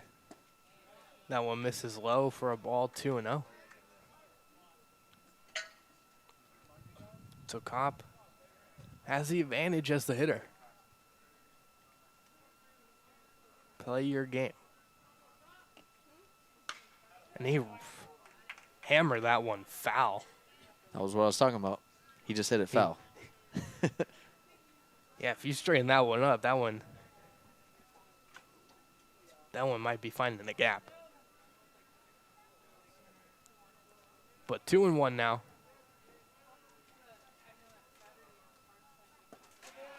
And he takes that one for a strike. Elbow guard fell off.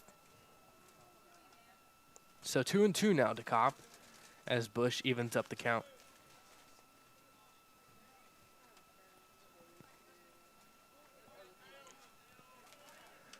Not a big lead at first for Sayre. That one swung on, foul back and out of play. It's a good at-bat from Kopp right now.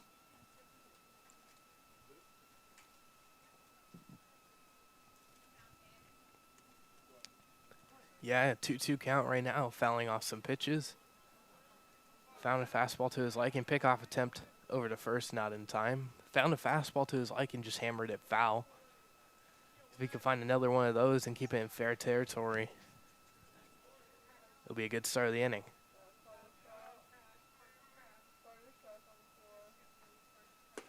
Takes that one outside for a ball. 3-2, count is full.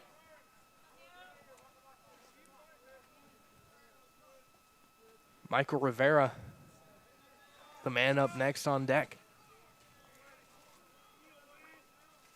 Bush is 3-2. And that one's going to be swung on and lifted. Deep foul, though.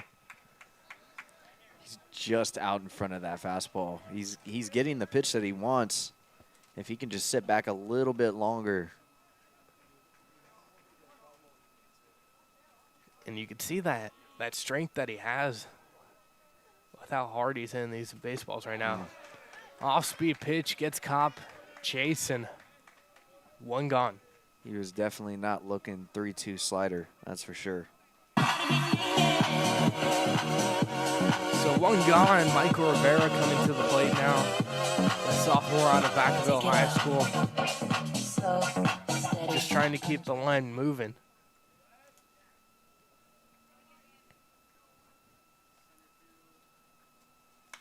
That one's going to be lifted up on the infield. Calling for it is Ford. Catching. 2 gone.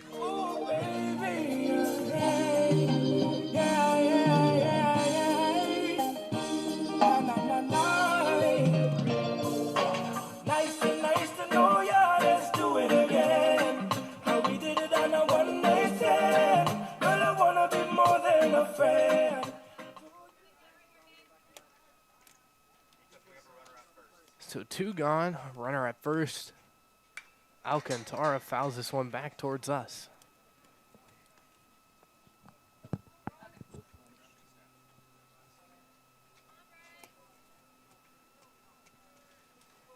You put one in the gap with Sayer's speed over at first base. Just need something right now. And that one misses high. 1-1.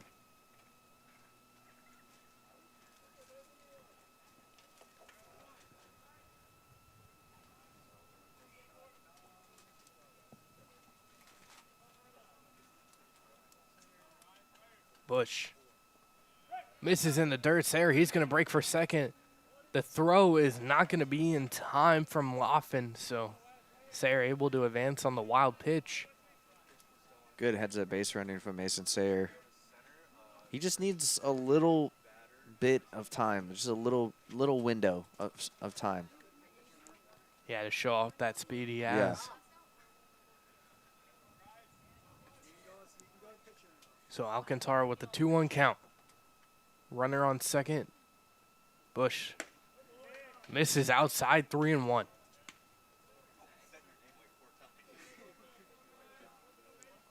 Sayer's still trying to clean out all the excess dirt from his pants out there at second base. He went in head first and the dirt just stuck to him. Now one misses high and away, ball 4. That throwing you off? So Sean Moffitt Didn't think so. coming to the plate. Has to take all the gear off, sadly. He is prepared, as most catchers do with 2 outs. They keep the shin guards on. And Moffitt, he's just trying to get on base any way he can. You just need to keep the line moving.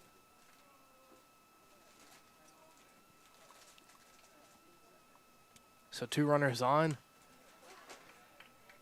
First pitch fouled back and out of play. Just a little bit off timing with those fastballs. We saw Kopp had a couple that he ripped high and deep down the left field line, but they're just not on timing with Bush's fastball today. The 0-1. Inside, 1-1.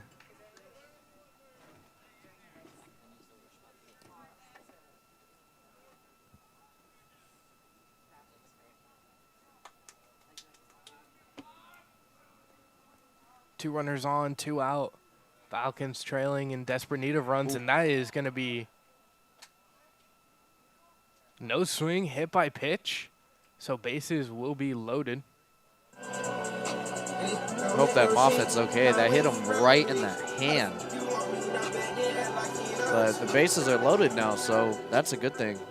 You're in a really good spot for Solano, and this is the biggest spot of the game for them. Yeah, absolutely. Umpires talking about it, and they're going to grant Moffitt first base. So bases are now going to be loaded. Isaiah Pazmino, the bottom of the order, coming to the plate, trying to flip it to Snyder, who will be on deck. Best situation the Falcons have had all game long. Bush comes set. First pitch to Pazmino.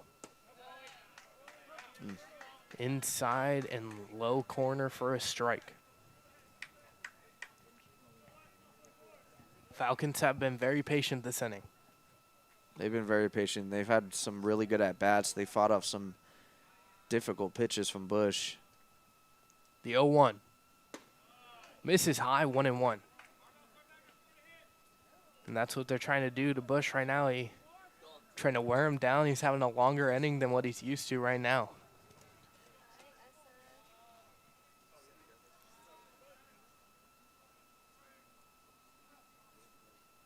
And that one's going to be grounded over to short. Ford goes the short way, able to get the third out of the inning. Falcons do juice the bases. We're going to keep it right here on the Solano College Sports Network as we're going to send it over to Maxine Fullen with her report. Thank you, Robert. The Mendocino Eagles offense came out strong, scoring in the first 4 innings and putting early pressure on the defense. The Eagles stayed aggressive at the plate and kept the momentum going as they built a 7-1 lead. On the mound, Wesley Bush delivered a strong performance, striking out 5 batters and keeping the Falcons lineup under control. Back to you, Robert. I mean, what more can be said about Wesley Bush right now? He's having a dominant outing, really. He's only given up 1 run in 4 innings, and he has 5 strikeouts to go along with it. Yeah, Bush has been excellent. And, I mean, if you were to ask me, I think he's gotten away with a lot of mistakes today. He's just utilizing his fastball, but a lot of his at-bats, like I was saying in the beginning of the at-bats to these Solano Falcons hitters, it's been first pitch fastballs just belt tie right down the middle of the plate. Basically hit me written all over it. And we've seen a lot of foul balls from this Falcons team. We haven't seen a lot of balls put in play. Mason Sayer, he's seen Bush the best today. He has 2 hits. He has the triple, and then he has the single off of him. And his triple, he ended up scoring their only run today. So I think if you're the Falcons, we'll see if Bush comes back out here after this inning, but they need to start putting these balls in play. Yeah, you got to imagine Bush comes out for the 5th. Yeah. Graziano back on the mound here for the Falcons, but like you're saying, Mason Sayer has truly been the only bright spot so far today, and it's not what you want if you're the Falcons. You felt like momentum might have a chance to switch right there in the bottom of the 4th, but now here in the top of the 5th, Kane Hill is now into the ballgame, though. So Moffitt, his day's done after the hit by pitch. Yeah, he got hit right in the hand, and I was kind of watching him over at first base, and he was grimacing, and he looked like he was trying to fight back pain, but he was shaking that wrist. It hit him right in the upper part of the wrist near his palm. Yeah, and that's Aaron Strong. He's also hurt on that same part of the hand. He's wearing a brace over there at the dugout. Usually catches for them. Rivera breaks in on the bunt. His bare hand throw is not going to be in time, so it's going to be a leadoff single to start the inning here for the Eagles. That was a really good effort from Rivera over at third base. Just couldn't get him in time. Man, that was really close.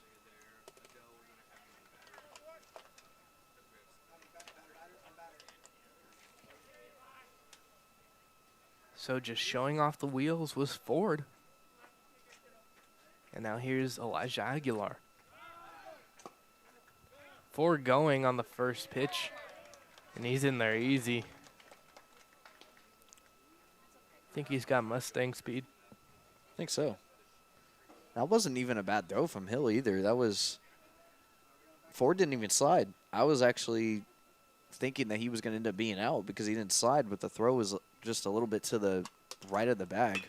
That one's going to be grounded up the middle. Mason Sayer, he's going to come across, not able to pick it up. Ford, he sees the ball's getting away from Sayer. His throw home is not going to be in time. And Ford, he's just wreaking havoc right now. Yeah, and the Falcons are just kicking the ball around the infield. And that's a play that if you're Sayer, you got to be able to make that play.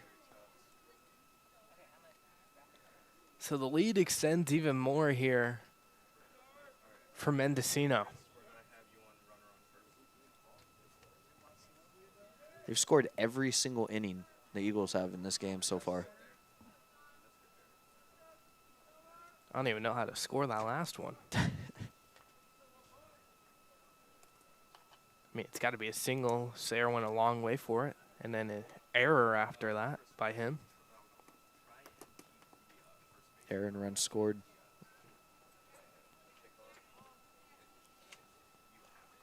Just when we were highlighting the man. unfortunate events happen. The pop-up, it was high on the infield, but Parkinson able to get there. One gone. And the vibes are just not here right now.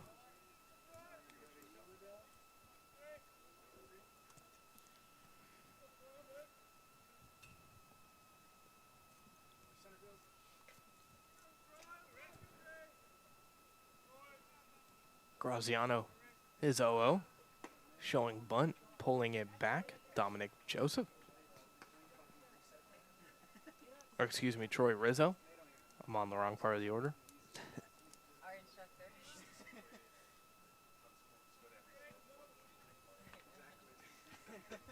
Struck out looking his last time up,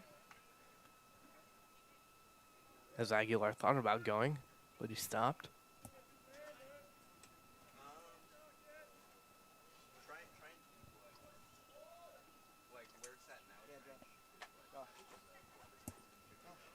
Graziano, the 2-0. Runner goes. Hill, his throw down is not going to be in time. And the Eagles are just taking advantage of this catching unit for the Falcons. Yeah, and also I think, too, Graziano's just not, he's not holding the runner on. He's just focused on the plate. So these runners are getting really big leads over at first base.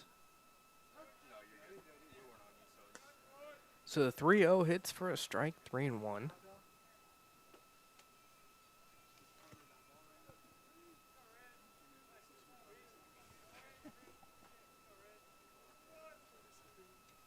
The 3-1 misses outside, ball 4.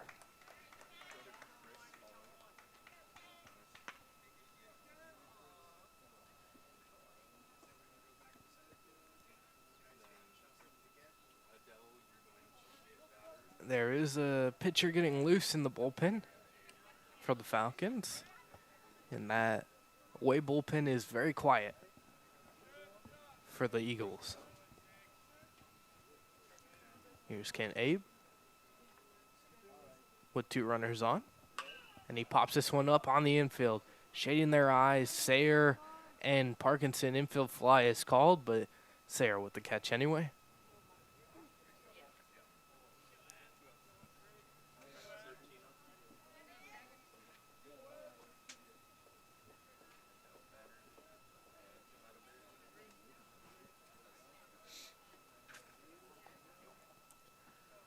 So now up Evan Needham.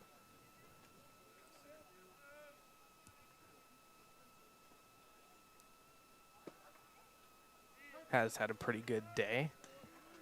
A single, a double, a strikeout to go along with it if you want to look at the negative. He seems like he's a good ball player. Yeah, he's been really good this season. I mean, I had him on my pregame notes.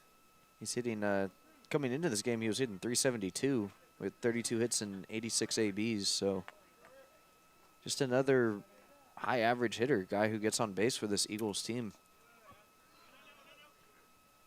Yeah, I mean, we knew the offense was good. We knew they were winners of 3 straight. And the Falcons were slipping a little bit.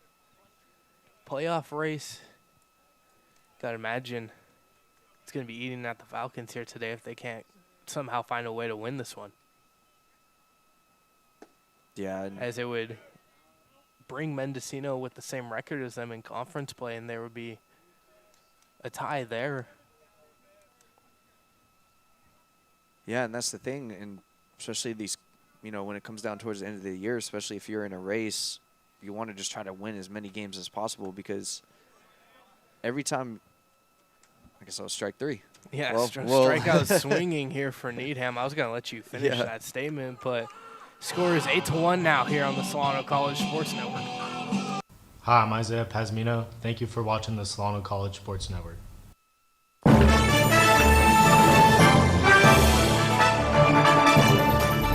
The exponential growth from the program from my first year to my third year now, that's what keeps me coming back and keeps me excited and just like fulfills me as a person. It's so impressive, and we every time we walk in here, you guys are doing something different. It's great. It's nothing but opportunities here, and we have sports to cover, we have the equipment. Because the more ambitious you are, the more opportunities you'll have. On-the-job training is huge. Get the hands-on experience. When someone asks who can do it, you know, you can raise your hand and say, I can do it. So joining the class was the best decision I ever made.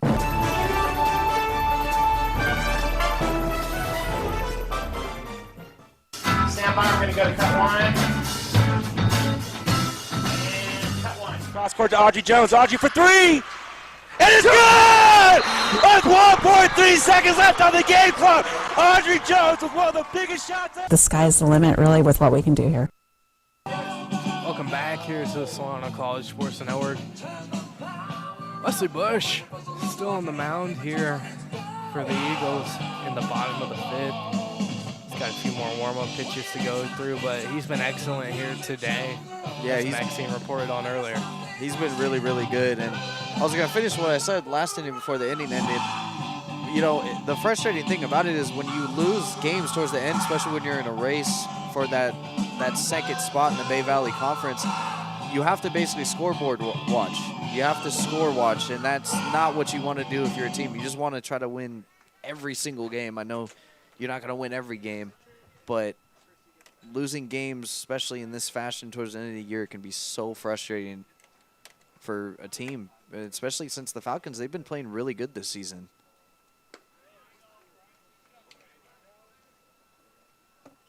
Well, Laney at Los Medanos.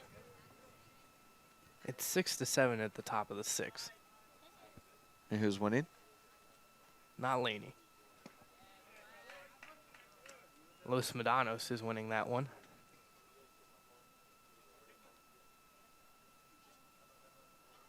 So it's a good sign if you're the Falcons. You want Laney to lose that one, really, as they're in a tie with them right now. Los Medanos 10-5 in the conference, so top three spots make it in.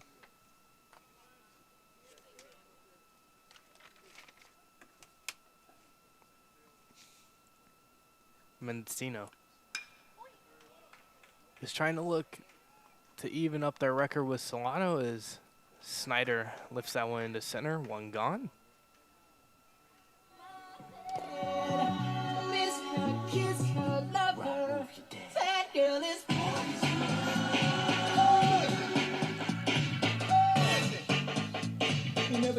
So now Jace Parkinson, last time up, had that bunt single.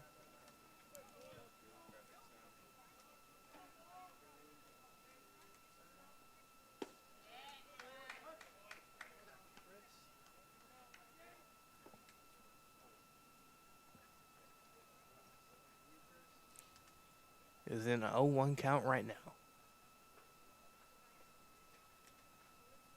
Bush, the 0-1. It's going to be flared off the bat of Parkinson. It's going to drop for a hit in right field, and hard turn from Parkinson. He's just going to put on the brakes and stay right there. Yeah, wise decision there from Parkinson. That's two hits because he had the bunt single in his last at-bat, and now he gets a little flare down the right field line. So it's a line drive in the box score. Yeah, it is a line drive. A little flare off the bat. You'll take that. Trying to build some momentum here late in this game. Here's James Burgess. Pickoff attempt over to first, and Parkinson really didn't even need to dive. He just fell over. Wasn't too far off the bag yet.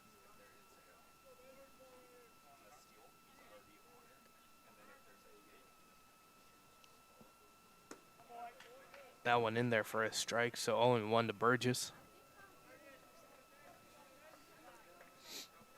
You need some runs scored basically right now if you're the Falcons.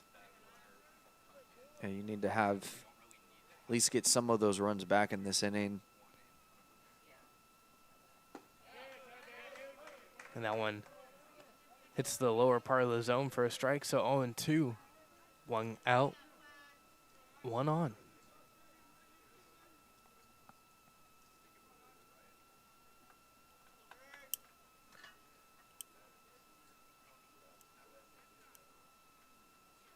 That one's going to be lifted over the head of Ford, and it's going to drop in front of Rizzo. So back-to-back singles, and the Falcons have runners on for Mason Sayre.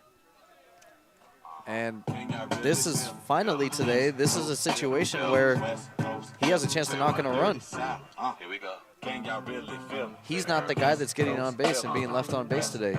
He's the one now that's going to get to try to knock in these guys, and he has 2 hits on the day, a triple and a single. Absolutely. You got to imagine he's looking to help his team out some more here. Bush with 2 runners on. His first pitch to Sayre misses in the dirt, and the runners are going to stay where they are. After that was a good block by Laughlin.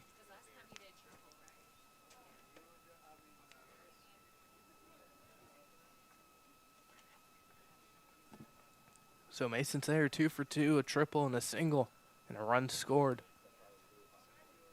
Trying to record some RBI. Takes that one for a strike, 1-1.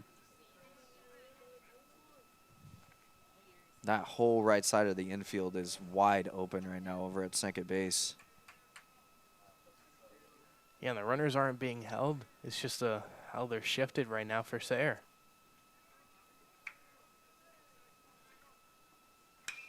Sayre lifts that one high into right field. Coming in on it is Aguilar, and he makes the catch. Just got under it.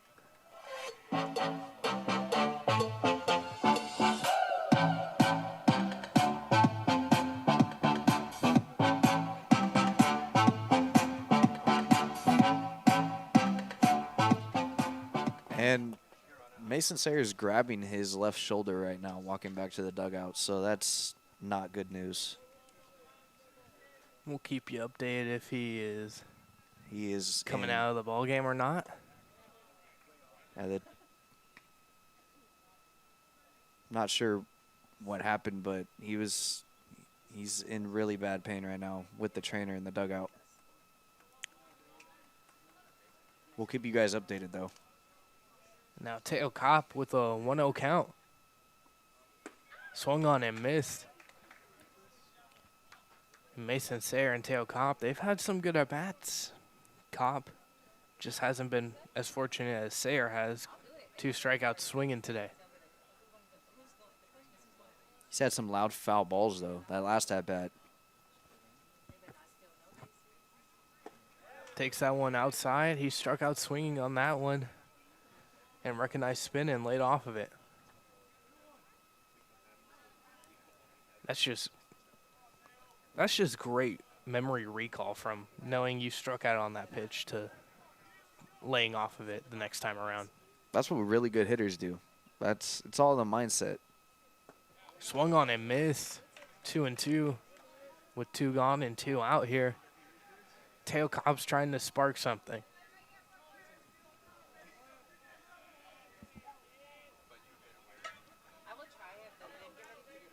Burgess on first, Parkinson on second. Bush checks on Parkinson. His pitch. Swung on and missed. The 3rd strikeout swinging of the game for Teo Kopp. Falcons still trail 8-1 here on the Solano College Sports Network. Hi, I'm Gabriel Noitete. Thank you for watching Solano College Sports Network.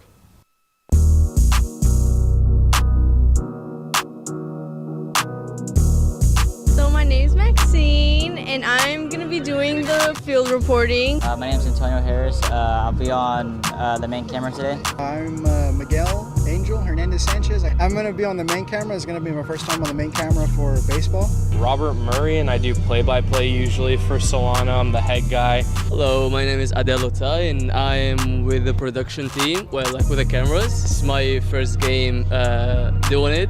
We are here with the famous Dom. I am on a side camera with Amina, so I'm probably going to be on that side because that's the camera she likes to use.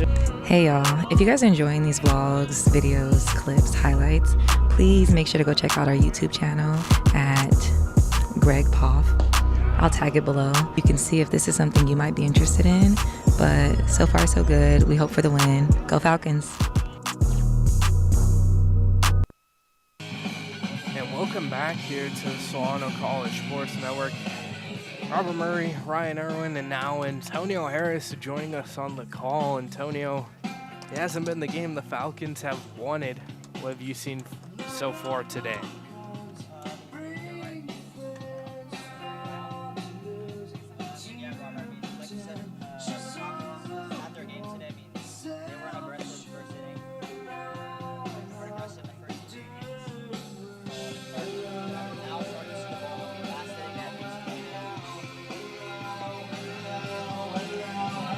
Seems that we are having a little bit of technical difficulty with Antonio Harris.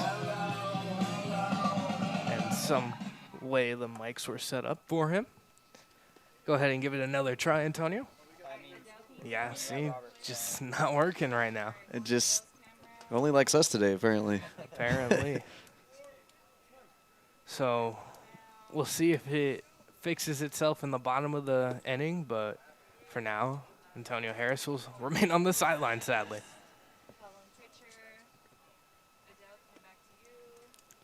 But back to the ball game, Ryan. Falcons trail 8-1 here.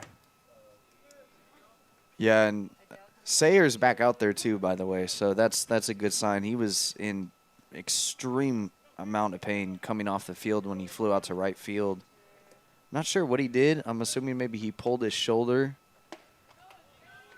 He went in and saw the trainer, and he's back out there, and that's a good sign because especially towards the end of the season, as good as he's been, you cannot afford to lose him. Yeah, absolutely. A player like Sayer and his caliber, would be ashamed to not have him for this late stretch. But thankfully, he's out there on the field right now.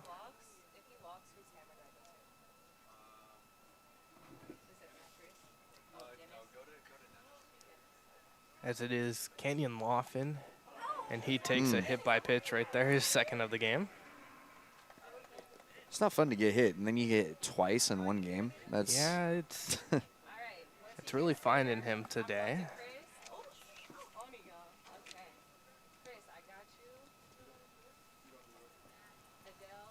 Sam Ferrero on the mound here for the Falcons.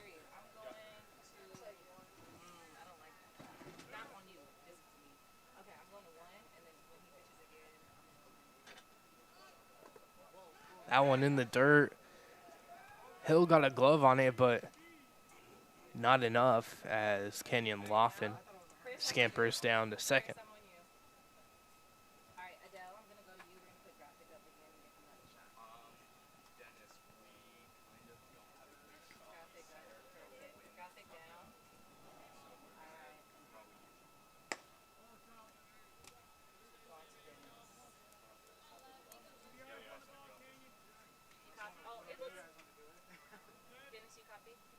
So 2-0 now.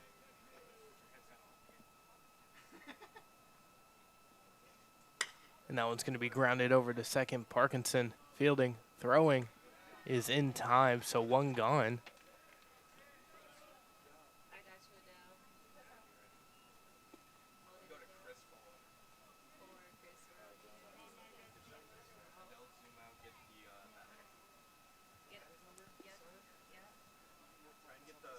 So Laughlin able to get to third.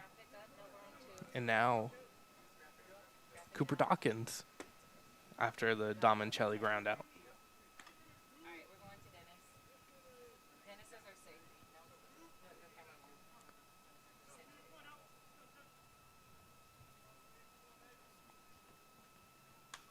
That one swung on and fouled back by Dawkins. Last time up, grounded out to short.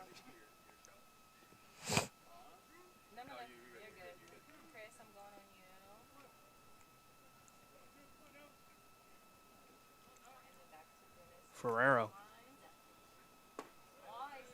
misses high, 1-2.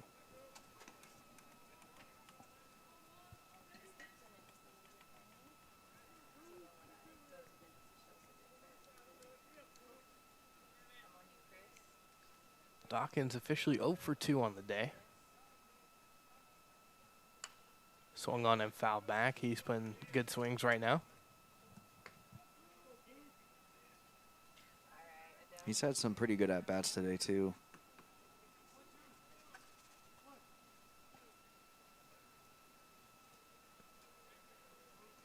Seems like most of the Eagles have here today. Swung on and missed. Strikeout swinging, so 0 for 3 for Dawkins. 2 gone.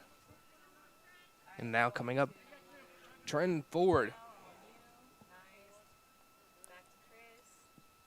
He's been the speedster today for the Eagles. Last time he got on base, came all the way around to score. He scored 3 times today. Yeah. It's been incredible. Good block there by Kane Hill. Single, bunt single, bunt single. He's got on base 4 times today.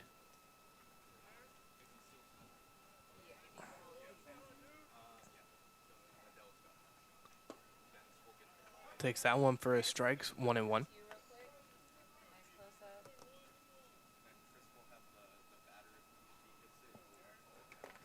Ferrero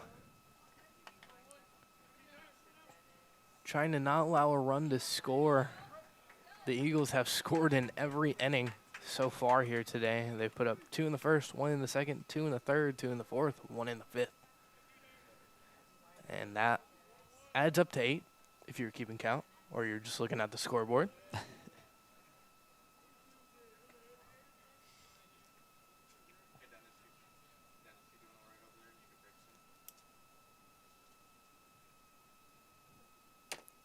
Laughlin takes his lead at third. Ferrero's pitch. It's going to be lifted into center field. Pasmino shading his eyes, going back. And he dropped it. So off the glove of Pasmino, couldn't really find it as he was fighting the sun. And Ford able to get to second.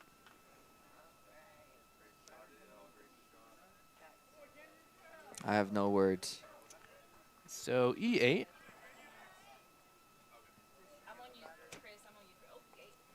So the only thing you can say is just E8. Yeah, it's there's not really much when the sun's in your eyes, you know. Good. It was a good block by Hill, and Ford, he's just gonna jog over to third. Still trying to get the sliding mid on.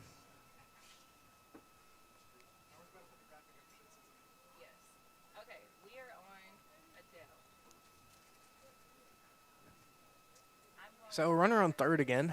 The score is now 9-1. No, Elijah Aguilar. Rocking only 1 batting glove. It's kind of sweet. It's like old school, really. You don't really see that anymore.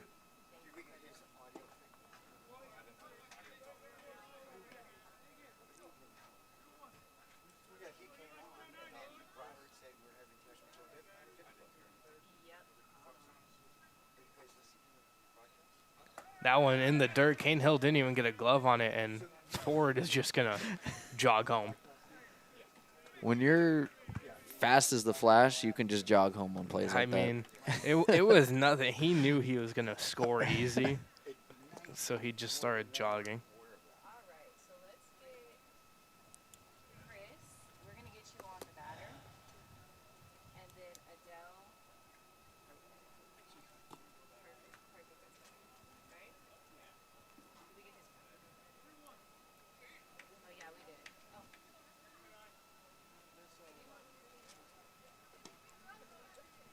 That one in there for a strike. So the count is now 3-2. The score is 10-1. And the Falcons, in the midst of a playoff race, are in danger of dropping this one in grand fashion. And that's ball 4 to Aguilar. So now here's Dominic Joseph. Pitching today for Solano has struggled big time between Rios and it's frustrating. It can be frustrating if you're Solano because the pitching is, like I was saying in the pregame, it's one of the most important things, especially when you come down to these tight races going into the playoffs or possibly being in the playoffs.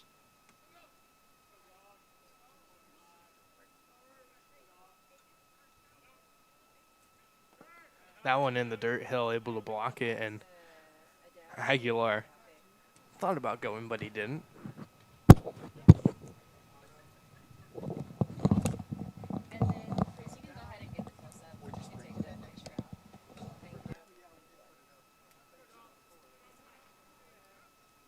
So 2-0. In there for a strike, 2-1. Dominic Joseph today popped out to Parkinson. Had a leadoff triple in the fourth. Came around to score and also laid down a sacrifice bunt. And Ferrero's just spiking everything in the dirt right now. So 3-1.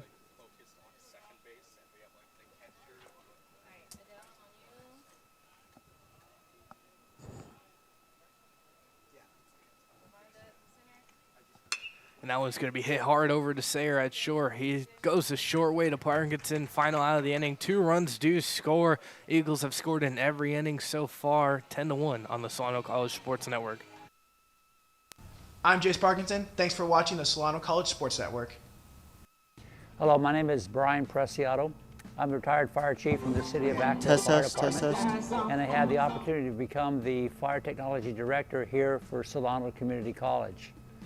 Solano Community College offers a tremendous fire academy and a fire technology program.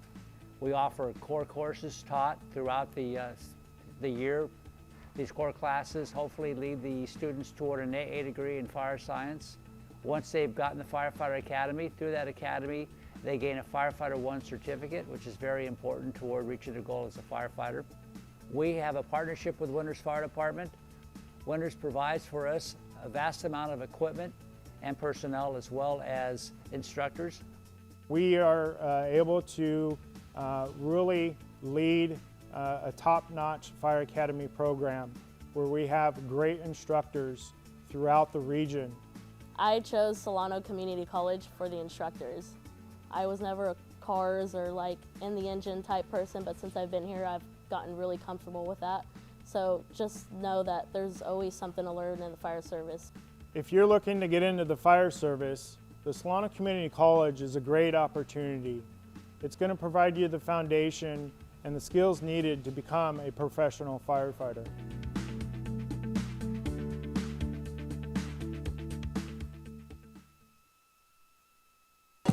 Welcome back to the Solano College Sports Network. We got Antonio Harris finally working, and he can finally give his thoughts on the game.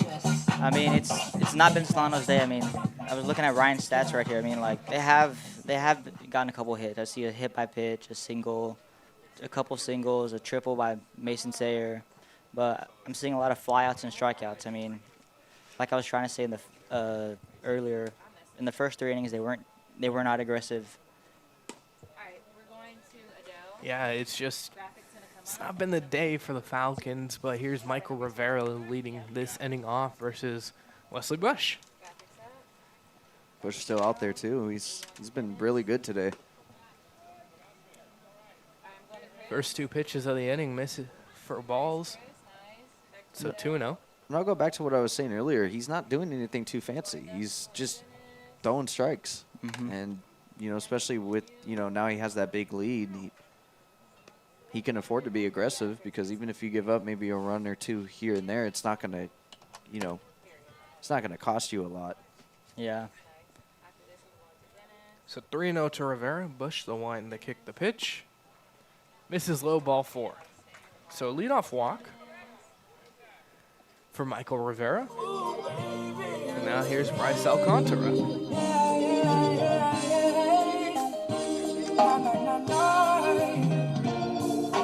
Nice to know ya, let's do it again.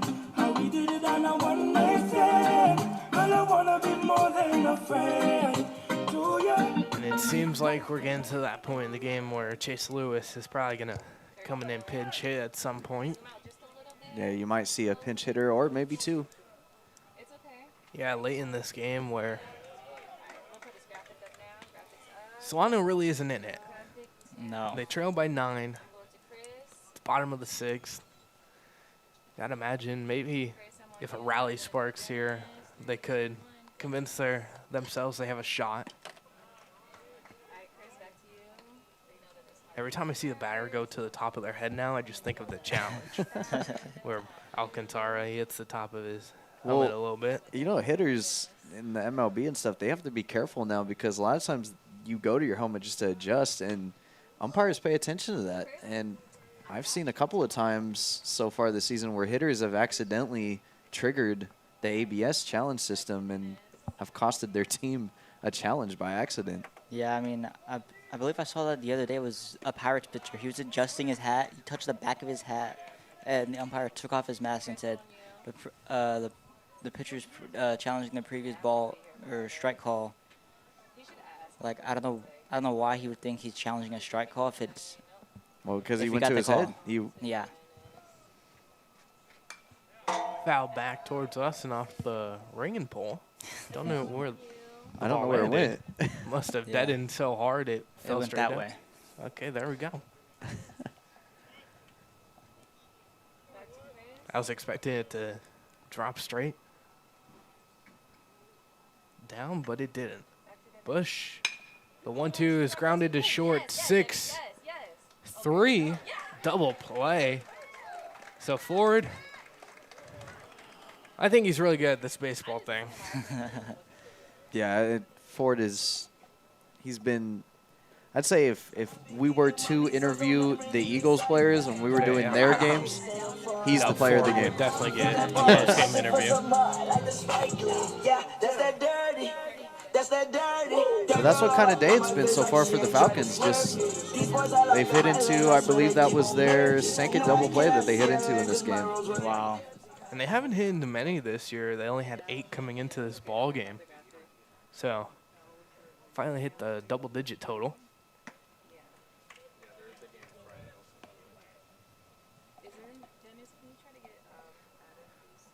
So here's Kane Hill. His first plate appearance of the day. Takes that one for a strike.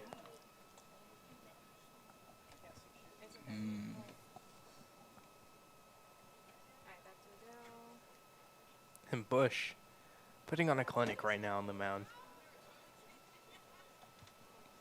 Just needs one more out for him to secure a quality start.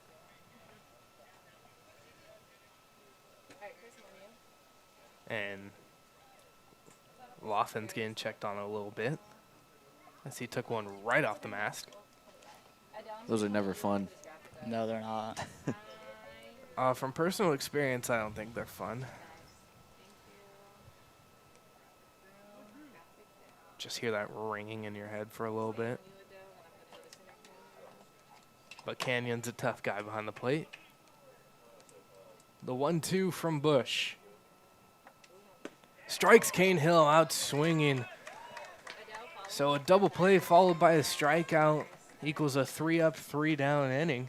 Technicality. 10-1 is the score here on the Solano College Sports Network. Hey, I'm Bryce Alcantara, and thank you for watching the Solano College Sports Network.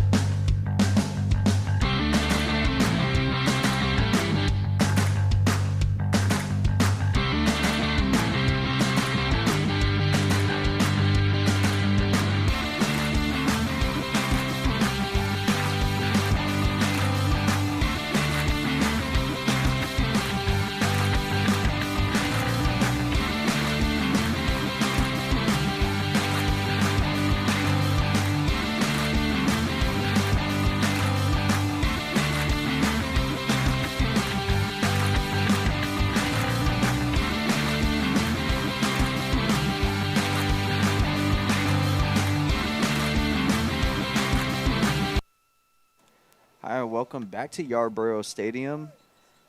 I'm Ryan Irwin. I will be taking over for the rest of the game. I was doing color commentator with Robert Murray, who is taking the rest of the day off. It's a 10-1 score right now. The Eagles lead, and we're joined in the booth by Debbie. How you doing, Debbie? I'm great. As a spectator, I just need some more energy from Solano. I feel like you see the score, you understand that it's going to be a tough way back up, but at least we can give the audience and spectators some energy. You know? Yes, definitely. Bum, bum, bum. But I'm learning a lot. It's fun listening to you all. I see things and I think it's a strike, but it's a ball. But I'm learning. The box has to be in the box. But it's a nice day out. Feels good. It's definitely baseball weather. It's not too hot. It's not too cold. It's beautiful weather here at Yarborough Stadium. And here's the 2-0 pitch, and that's in tight 3-0. Trying to dust him off the plate right there. Yeah.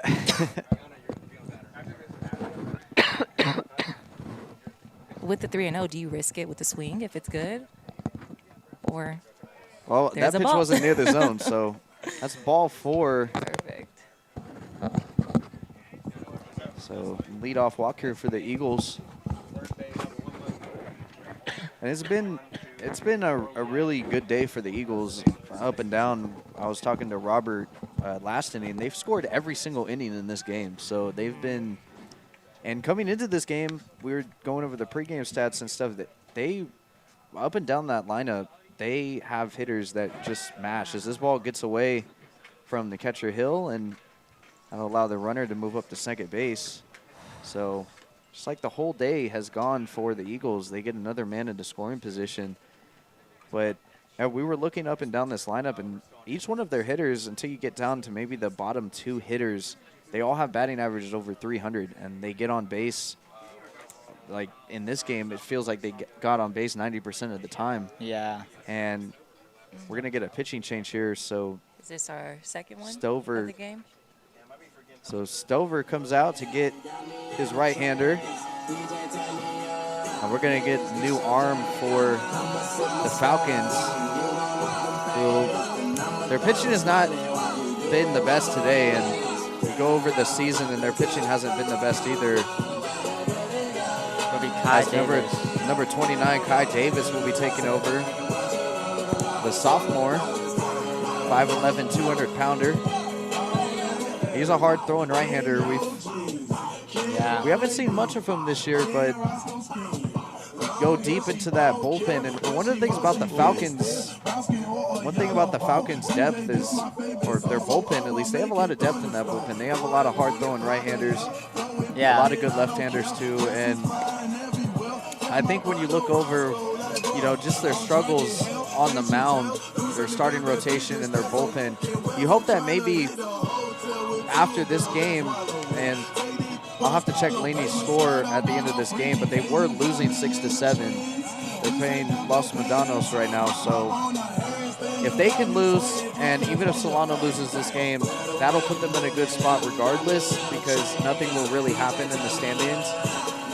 But obviously, and I was telling Robert earlier, obviously you don't want to lose these close games towards the end of the season, and these games matter a lot.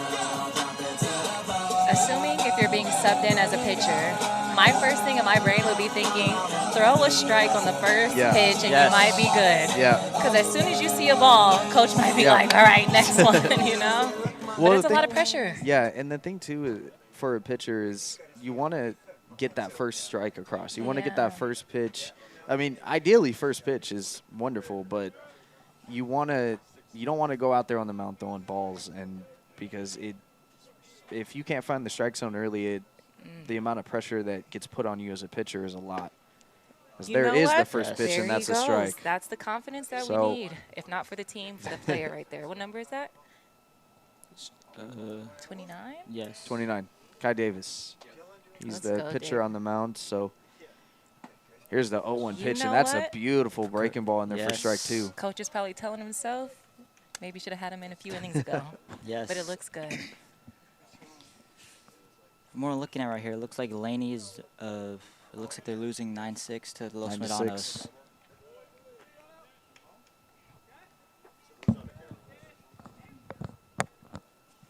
So count's 2 balls and 2 strikes with no one out and a runner at second for the Eagles, who are leading 10-1 here. And here's the 2-2 pitch and a swing and a miss. He struck him out. So Davis comes in out of the bullpen, and his first batter he faces, he gets the strikeout. As a coach, you're pretty okay with that series right there, correct? I would be. I mean, cool. I mean, it looks like he's got a great. It looks like a slider, might be a curveball. Who knows? But his pitch looks amazing. So. First pitch chopped up. Davis is going to get it, and he'll go to first base and get the out. So Needham is retired. He has 2 hits on the day, a double and a single, and then he's also struck out twice, and he grounds out to the pitcher on that play. So he's retired, and there's 2 outs. The runner moved over to third on the play. And here's Laughlin. If I'm a coach right there, I'm not mad at that. I mean, you did your job. You moved the runner from second over to third. Like, I mean, you're hitting today what 2 for 2 or 2 for 3 with a double and a single. Like, that's a perfect day. So the first pitch from Davis was a curveball in there for a strike, and it's 0-1. And here's the second pitch, and that's a fastball right there for strike 2. Right at the knees, right at the borderline. As a spectator, I can appreciate the game of number 29. Solid so far. Here's the 2-2 pitch, and that's just off the plate. Count will run. A little close. I would have swung. So counts 1 and 2. I was looking up at the scoreboard, and I was reading it wrong. So counts 1 and 2. Here's the pitch, and this one's hit on the ground to short. And here's the throw over to first, and it goes past the first baseman, Alcantara. So that's going to be an errant throw by the shortstop, and the runner's going to move over to second, and a run comes in to score, and it makes it 11-1.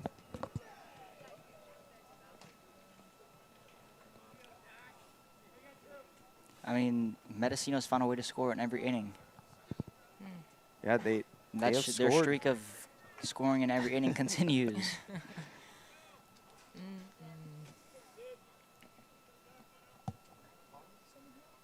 So here's the first pitch from Davis, and that's off the outside corner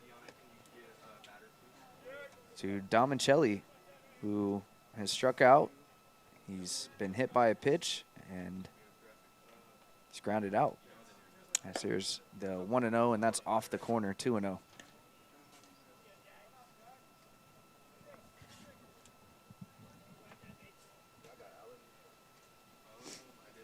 Runner leading off at second with 2 outs. Davis's 2-0 pitch, and that's in the dirt, 3-0.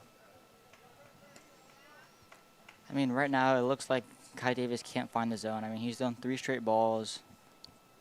I mean, is the batter a little crowded on the plate? I mean, I can't tell, but that's right down the middle. So yeah, the 3-0 pitch, and that fastball was, I think you were saying, Antonio, right down the middle of the plate. So 3 balls and 1 strike. And here's the pitch, and that misses ball 4. So Domicelli draws the walk there with 2 outs.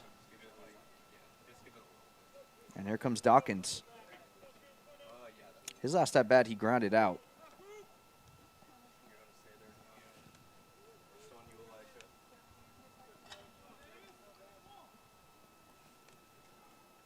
Here's the first pitch, and a curveball breaks and gets away from Hill, so both runners are going to advance as that ball bounces to the backstop. I mean, this just shows that Solano right now is probably looking towards their next game or next series. For sure. I mean, this game is probably in the rearview mirror. Well, you want to finish strong, Yeah, definitely, in this definitely, game. but. And here's 1-0 pitch, and that's in their first strike. So counts 1-1. But yeah, this game definitely got away from them fast. And Yes. early in the game. Ooh. As there's the 1-1 pitch, and These balls are close. I would Yeah. be flinching. I They would be flinching. they have so much movement too, and the off-speed They do. pitches. Here's the 2-1. And this one's chopped on the ground. Shortstop's got it. Throw over to first. That'll end the inning. So Mendocino scores 1. We'll head to the bottom of the 7th here on the Solano College Sports Network. Hi, I'm Danny Rios. Thank you for watching the Solano College Sports Network.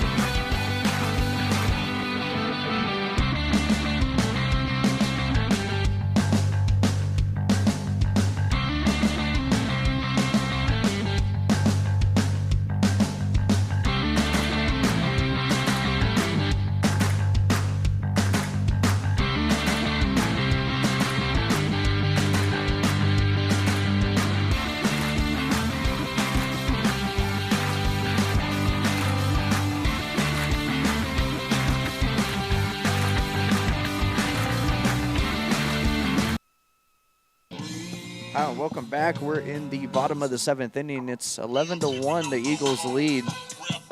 We got a new pitcher out there, so Bush's day is officially done. Looks like it'll be Elijah Aguilar. Elijah Aguilar will move to the pitcher's mound for the Eagles. And Bush's day, he did really good. He only gave up 1 run, and that was back in the 2nd inning. That started off with a Mason Sayer leadoff triple. He ended up scoring on a Rivera fly out, a sacrifice fly. But after that, he just put up nothing but zeros the rest of the way. So really good job today for Bush, for the Eagles. I mean, after the 2nd inning, after that leadoff triple, I mean, it looks like he gave up 1. This one's hit foul down the first base line. It looks like he only gave up 5 hits after that 1-run 2nd inning. So it's a great performance by your starting pitcher. Those are the type of performances that you need going into the playoffs. That was high. Dun, dun.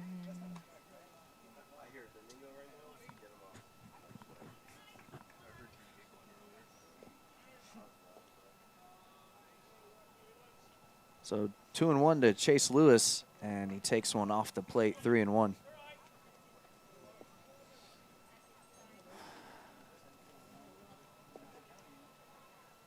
So here's the 3-1 pitch, and this one's popped up in the infield.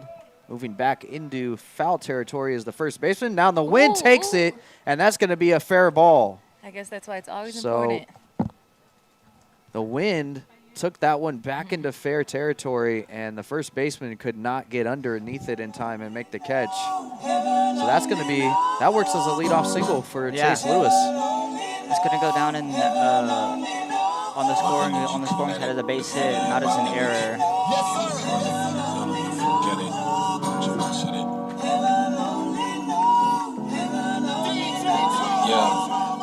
I like sugar, I like sweets, I don't like the spicy eats. I need bridges in my beats and Cabana for the seats. The heaven pump for me is no one I can wait. D'Angelo Ashley will be the pinch hitter coming in for the Falcons.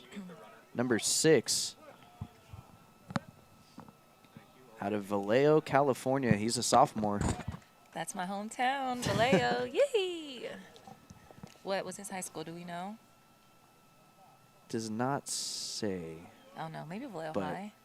I'll assume Vallejo High. Yeah. Nice. So here's the 0-1 pitch to him, and this one's ripped in right at the right fielder. It's going to fall in front of him, though. And Lewis goes to second. Now he's going to third.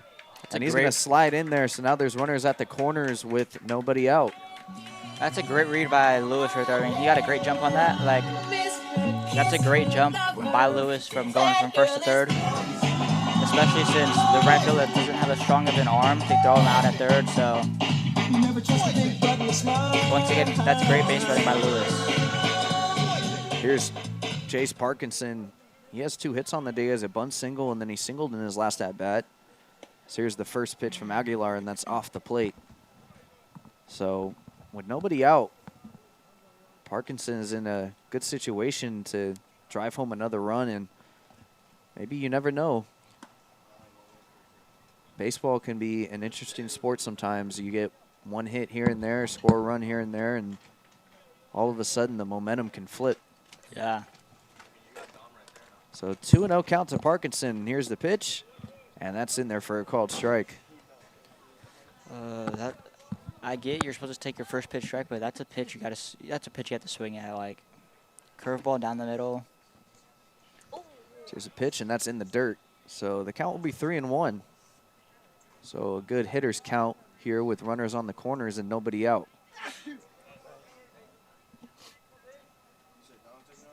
Here's the 3-1 pitch, and that is off the plate, ball 4. So now the bases will be loaded with nobody out.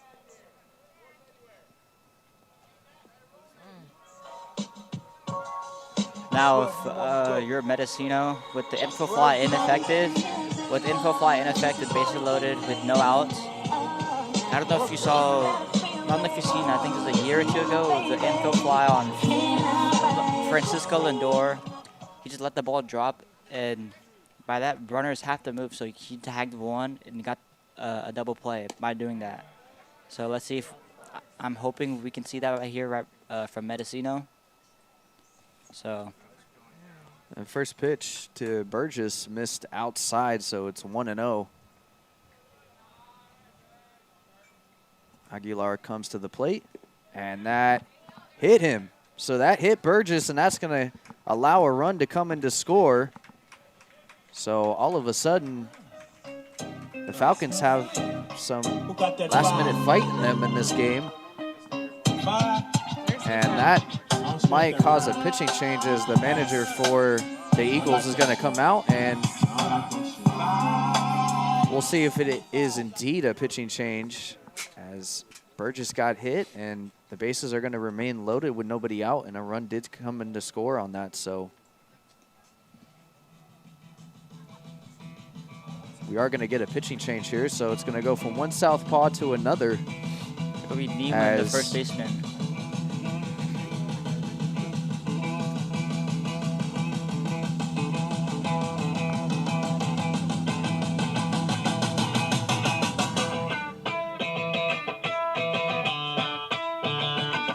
So the Falcons are in a situation now where they have a chance to maybe turn this game around and make things interesting towards the end of this game. Yeah.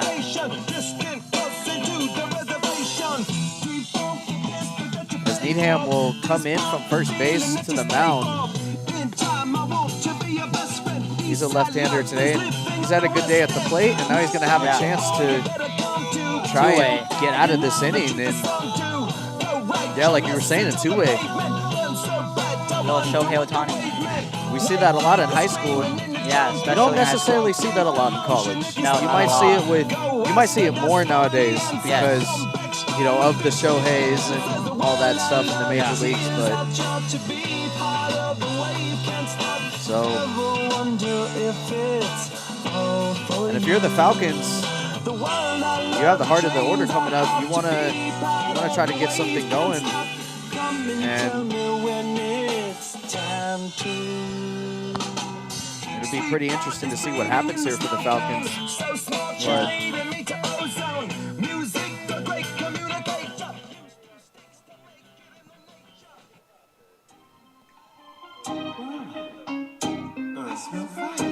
Who got that fire? Fire?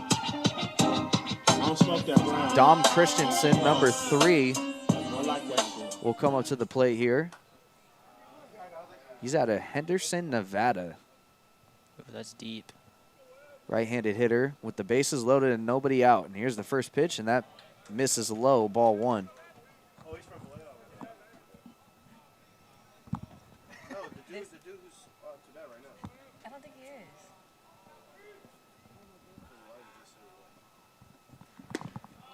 1-0 pitch. That's in there. And it's 2-0. That's a pitch. On that pitch, I think Christensen should have taken that in the back. He's got his elbow guard on. He should have taken it. 2-0, that misses high, 3-0. So all of a sudden this inning, it's kind of gotten away from the Eagles pitching. Bush was really solid, and after that, here's the 3-0 pitch, and that's in there for a strike. So count will be 3-1. Yeah, 3-0 count. Hitters, if it's a strike, you should be swinging, but you should always be looking for a strike. That's a green light. This is a green light count right here. 3-1, that's off the plate, ball 4, and that walks in another run. So the bases will remain loaded, station to station, going the Falcons. And now it's 11-3. Walk City, bottom of the 7th. Seth T. Jaden will come in now, so a lot of pinch hitters in this inning. See some of these young guys come in, the freshmen. Yeah.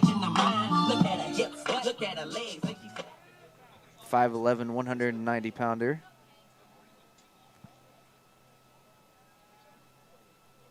So here's the first pitch to him, and taking all the way is T. Jaden, and the first pitch fastball is in there for a strike.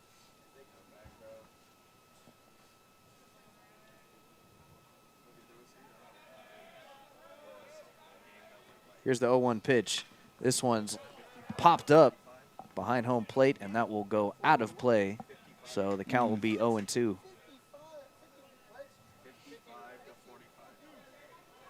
We're here in the bottom of the 7th. It's been kind of good sailing for the Eagles the whole game, and then now in this inning, the Falcons are putting up a fight. And here's the pitch, and that one's in the dirt, nicely blocked by the catcher for the Eagles at home plate. Yeah, with Bush on the mound, it was smooth sailing. Now, after they made the pitching change, it's been a little rocky. Their pitcher now, Niedemann's in a count where they can try to get their first out of the inning right here. So here's the 1-2 pitch, and that one gets away. The catcher doesn't see it, and coming in to score is another Falcons run. So another Falcons runner comes in to score, and it's 3 runs here in the bottom of the 7th. And all of a sudden, you can kind of feel the momentum shifting. The Falcons are not chasing, and they haven't been chasing. I actually said this when Bush was out on the mound, that they should have been a little bit more aggressive, but they have not changed that mindset of basically looking for your pitch. Don't swing at anything in the dirt, and it's working. Here's the 2-2 pitch, and that misses 3-2.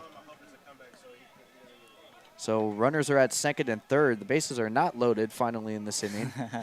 But nonetheless, if it's ball 4, the bases will be loaded again. As here's the 3-2 pitch, and that's in the dirt, ball 4.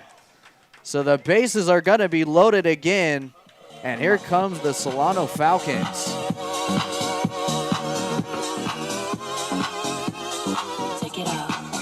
As here's Rivera. And we've seen him come through in spots like this a lot throughout his career here with the Solano Falcons. Still nobody out, as here's the first pitch, and that's in there for a strike. might have been right at the knees. But if I'm Michael Rivera, I'm trying to find something in the gap, maybe above the center shortstop's head. Here's the pitch, and that's called a strike. Catcher threw it really fast back to the pitcher. Try and confuse the runners there and see if you can't maybe get someone caught sleeping off the bag. But all of the runners get back to their bases safely, so the count will be 0-2 to Michael Rivera. And here it is, and this one's lofted in the air behind home plate and out of play. So the count will remain 0-2.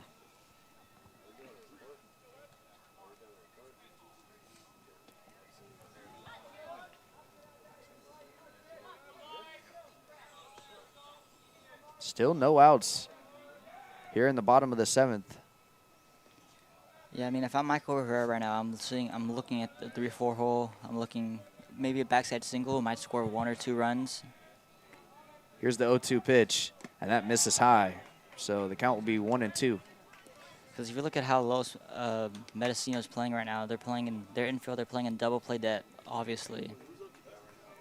So, of course, their second baseman's going to be shaded over more to the second base. 1-2, and that's in there, called strike 3. Curveball came right back towards the outside corner. Although it wasn't really on the outside corner, No, that just, the break was so nasty that it started way outside and came back towards the middle half part of the plate. Freezes Rivera and Needham, and the Eagles finally record an out. So here's the first pitch. And that one's low to Alcantara. Now Stover's going to call timeout, and Alcantara will go over to him. And they're going to have a quick conversation here. And also the catcher for the Eagles is going to meet with Needham on the mound. And they're also going to have a quick conversation. So this is a big situation. This is a big chance for the Falcons. They've already scored 4 here in the 7th inning. And it's 11-5 Eagles. So here's second pitch of the at-bat, and that's going to even up the count 1-1. Yeah, I mean, back to what I believe you and Ryan were talking about it earlier in the broadcast. I mean, like, you guys said Bryce is he does well against righties, but he's like a platoon guy, but doesn't do well against lefties. Yes, me and Robert were talking about that. They platoon Alcantara a lot, and this is a situation with one of their first basemen's hurt. He's going to play here. And this one's lined into left field. That's going to be a single. And that's going to score 1, and we'll see if it scores 2, and it is. So the Falcons have scored 6 runs here in the bottom of the 7th inning, and all of a sudden it's 11-6. So Alcantara comes through a 2 RBI single, and with 1 out, the Falcons' bats are hot. Is it? I thought it was 11-5. I thought it's 11-7. 11-7. So wow, a 4-run game just like that. As here is Hill with a chance to add on more with just 1 out. Yeah, that was a great swing by Alcantara. He went backside, just a little over the third baseman's head, where he's out of his reach if he tried to jump. And, the runner on second got a good read on it. Listened to his third base coach, and surprised there wasn't no play at the plate, but yeah, and like you were saying, that was a great arm side swing by Alcantara, going the other way, letting the ball travel in towards the plate more, just flipping it the other way. Falcons, and here's the 2-0 pitch to Hill, a swing and a miss, strike 1. yeah, like that's one of those where you only get like one of those swings in an at bat. Like it looked from back here, it looked like he wanted to send the ball over this, in between that little cutout area where the scoreboard is at. 2-1, and kind of a half swing from Hill, and he fouls it to the backstop behind home plate. So the count will be 2-2 to Hill with runners at first and second, and the Falcons have plated 6 runs in this inning to make this a ball game.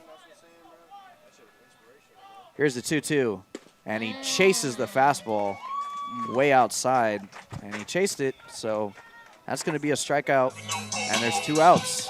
I know that has to be frustrating, trying to get a good hit in for your team, and you just swing and a miss. It is. Especially in that situation. Like, here's Chase Lewis.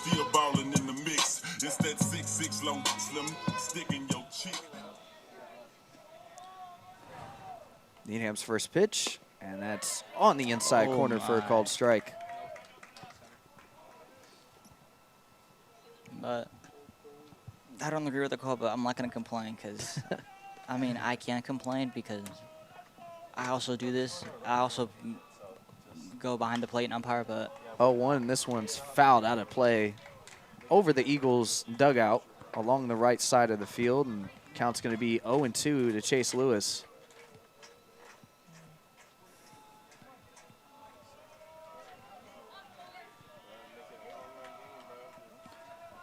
Oh, 2 pitch, and he fights that off. A good swing there from Lewis. That was a really nasty 0-2 breaking ball, and he was able to fight it off and live to see another day. So the count's going to be 0-2, 2 outs. Falcons have scored 6 in this inning. Made it 11-7 ball game. As here's the 0-2 to Lewis, and that's high. Ball 1. Good eye, good eye, good eye. Now, if you're a Needman in a 1-2 count with 2 outs with runners on first and second, what pitch are you throwing right here? Are you going back to the off speed because it looks like he's late, or are you going back to the fastball that we just saw? Trying to locate the fastball. 1 and 2, I feel like you would go with a breaking ball here to try to slow him down again, but we'll see. 1-2, and that's exactly what he does. Did he go? No, they're saying he didn't. So the runner at second had to scurry back to the bag. But that was a really good holdup from Chase Lewis because that curveball was thrown perfectly, had really great 12-6 drop. Yes. So the count will be 2 balls and 2 strikes, and here it is. And this one's hit on the ground to short. Shortstop's going to go to third, and that'll finally end the inning. But we've got a ball game here. Yep. The Solano Falcons score 6 here in the bottom of the 7th. We'll head to the top of the 8th here on the Solano College Sports Network. Hi, my name is Dylan Snyder, and thanks for watching the Solano College Sports Network.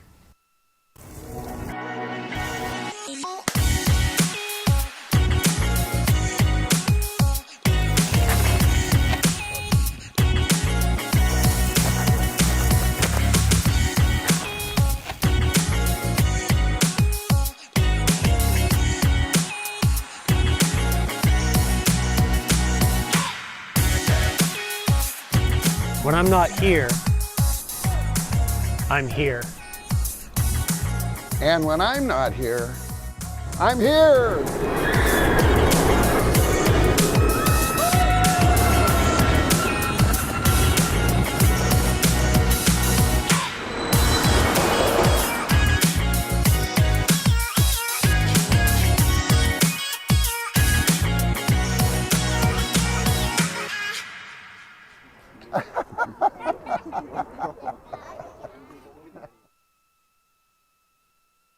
Hi, welcome back to the Solano College Sports Network. We've got a really good baseball game now here. You can really feel the playoff atmosphere. The Falcons scored 6 runs in the bottom of the 7th. After basically getting shut out the majority of the game, they only scored 1 run back in the 2nd inning when it led off with a Mason Sayer leadoff triple, and he ended up scoring in that same inning. And they just went basically the whole rest of the game until that bottom of the 7th where they scored 6 runs, and now they're only down by 4. Or yeah, they're only down by 4 runs. So it looks like the sophomore first baseman Bryce Alcantara is going to come in and pitch to his high school teammate Kane Hill here. So chemistry should be a factor here. So. Is there a limited amount of subs you can have for pitching, or how does that work?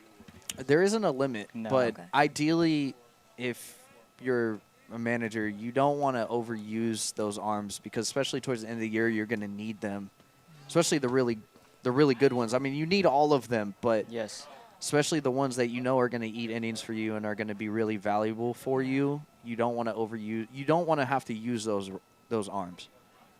So here's Ford to lead things off for the Eagles, as here's the 0-1 pitch, and that's going to miss high, 2-0.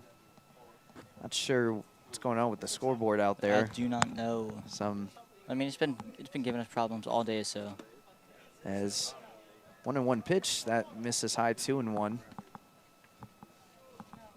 Ford, he's been a menace on the base pass today for the Falcons as he fouls this one away. Seems like every time he's got on base, he's done something in the base pass, whether it's stealing or getting a base on a pass ball or a wild pitch.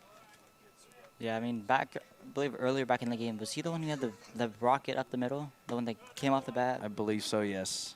Yeah, when I saw that, I was like, that came off the bat so fast. I thought it was. I said that might have been that had been over 100 miles an hour off the bat.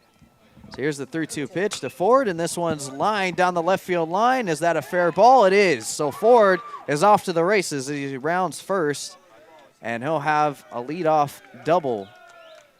So just like all day, the Eagles have gotten that leadoff runner on, and Ford has been right in the middle of all the action today for the Eagles. So. Yeah, now I understand why Coach Stover decided to put in Alcantara. I mean, he pitched a little at Vanden when I was there, but he really didn't pitch a lot. But I mean, he probably doesn't want to waste any more arms.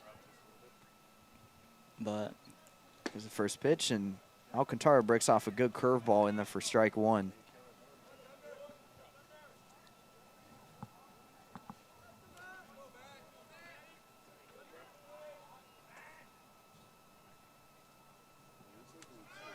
There's a pitch. Ford is going. This one's hit into right center field. This is going to fall into the gap, so that's going to be another run for the Eagles.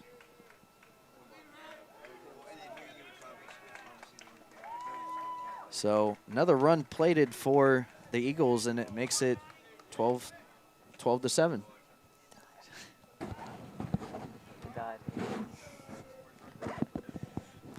It's love when your laptop dies on you, but yes, that's fine. You always bring a charger, Ryan. Huh? That's why you always bring a charger, Ryan. So runner replaces the other runner at second base on the RBI double. Great first pitch strike by Alcantara. Alcantara has been a really good arm for them when they've wanted to utilize him. Obviously, like you were saying, Antonio, it's probably a situation where they don't want to overwork a lot of their main bullpen pieces that they're going to need down the stretch. This one's hit down the right field line, and that's going to fall in there for a base hit. So that's going to score a run, and that's going to make it 13-7. These last three hitters have just been swapping positions, like the leadoff double, another double, another double. Like, it looks like Solano is not playing the line. It's like the wind is making the ball die immediately as soon as it gets out there. Well, and they're hitting them right where no one's at, and I think that's a lot of their at bats today too. What the Eagles have done is they've found space in the outfield. As here is Troy Rizzo with a runner in scoring position with nobody out. 13-7. Eagles lead as here's the pitch, and that one misses outside, 1-1.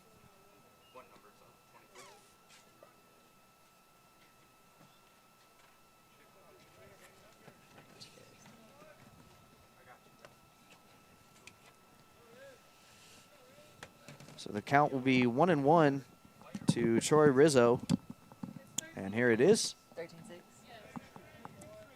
So we just got a score update. It's 13-6. I was saying it was 13-7 for about the last half inning. So yes, I do apologize.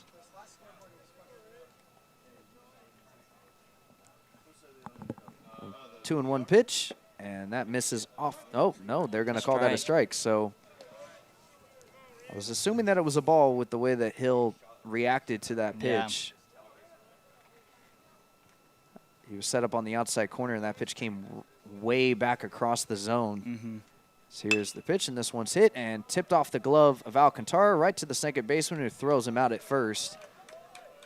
The runner moves over to third, though, on the recorded out. So Rizzo's retired. I mean, but he did his job, moved the runner over from second to third, so.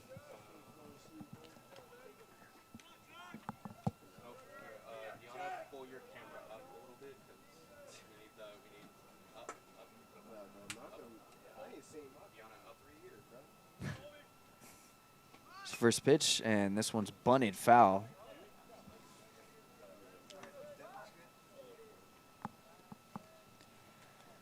So the count will be 0-1 with one out, runner at third.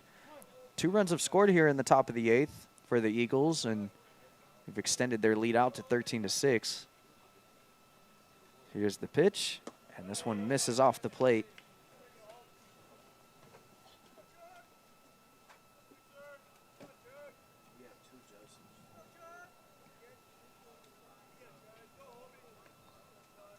Here's the pitch, and a breaking ball. That was a really good breaking ball from Alcantara. Misses off the plate. This count will be 2-1.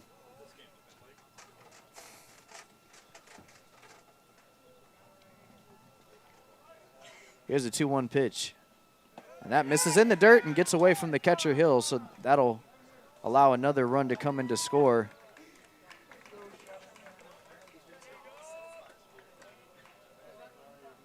So 3 runs have scored in this inning for the Eagles and makes it 14-6. Back up to an 8-run lead. But they've scored in every inning again, so. So after that strike call there on that fastball from Alcantara on the outside corner, count will run full 3-2. Here's a 3-2 pitch, and that is off the plate, ball 4.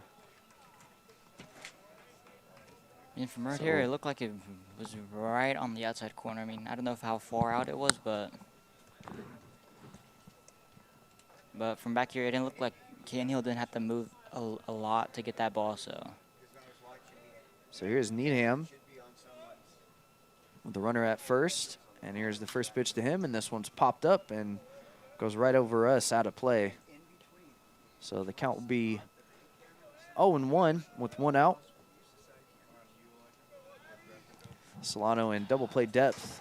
yes, they need this. Here's the pitch, and this one's ripped down the line and foul. Needham got a hanger. And that must have just been fouled by maybe a couple of feet. Yes. Because it didn't look like it was, from back here, it looked like it was fair ball.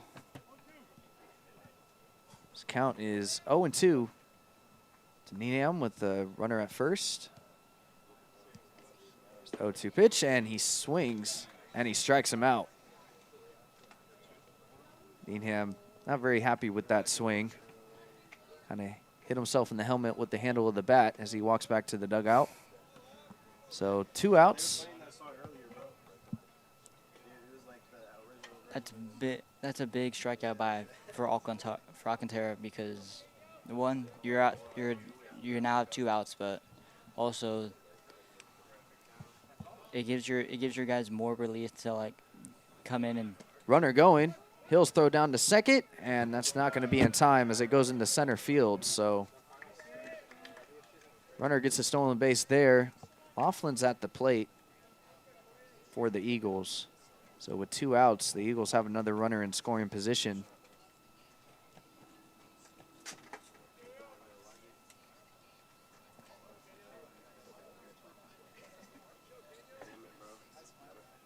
Here's the 0-1 pitch to Laughlin, and this one's chopped on the ground to short. And a throw over to first, and that'll end the inning. So Mendocino scores 3 in the top of the 8th. We'll head to the bottom of the 8th. It's 14-6. Hi, I'm Kane Hill. Thank you for watching the Solano College Sports Network.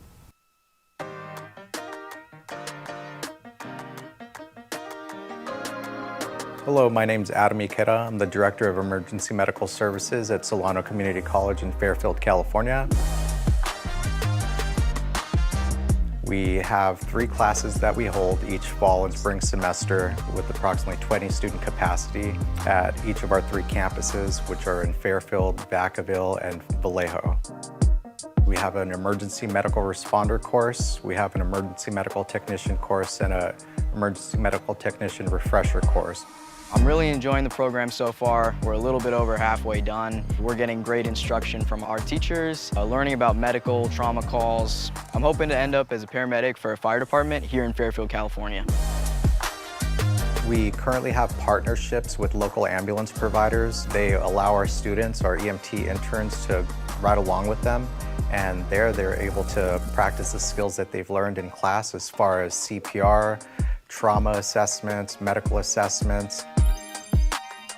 You're going to see a lot of stuff, especially on ride-alongs. Just don't let all the stress and everything get to you. Once you get out into the field, you're going to help someone, whether it's physical or whether it's mentally. It's a great stepping stone to a lot of other allied health professions. We typically get a lot of nursing students, fire technology students, doctoral students.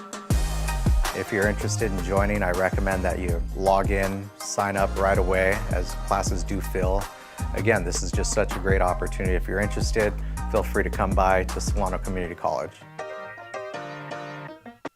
All right, welcome back to the Solano College Sports Network here at Yarborough Stadium. We're in the bottom of the 8th inning, and the Eagles lead the Falcons 14-6. Wright will lead things off for the Falcons, as their last time at bat, they put up 5 runs in the bottom of the 7th inning, as the first pitch foul tips it right off the catcher's face mask. That's the second time we've seen him get hit today. Can never be fun if you're a catcher. No. We'll see what the Falcons have in store in this inning. When Bush came out and they put in their first reliever, all of a sudden the Falcons' bats just came alive. They had very different plate.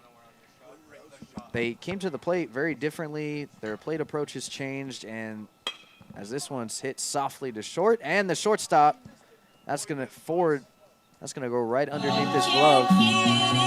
So leadoff hit for Wright. I'm sure that's going to go down as an error, though. I'm going to put that down as an error. So E6 for Ford over at short allows Wright to reach, as Parkinson will step to the plate now, and he takes a first pitch fastball in there for a strike. It's been whirlwind kind of game today. Falcons bats in the for the most part, they were not really alive, and then they came back and they've made this a very interesting game. But in the top of the 8th, the Eagles answered right back with 3 runs of their own, extending the lead to 14-6. So the mountain just continues to get higher and higher and higher. Yeah, I mean, that's the game of baseball for you. I mean, one team scores, one team will dominate the entire game. One team might score 1 or 2 runs a game in the entire game, and then just out of nowhere, momentum will shift, and they'll score 5 or 6 runs in a game, in an inning. So 0-2 to Jace Parkinson, the runner at first, and here's the pitch, and this one's chopped right back up at the pitcher. He's going to look at second and then go to first and retire Parkinson. So Wright moves up to second, and with 1 out, there's going to be a runner in scoring position for Burgess.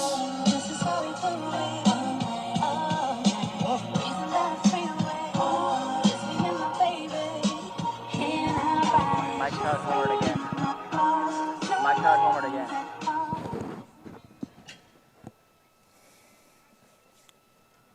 So here's Burgess with 1 out, and Wright at second base, and here's the first pitch to him, and he swings and misses.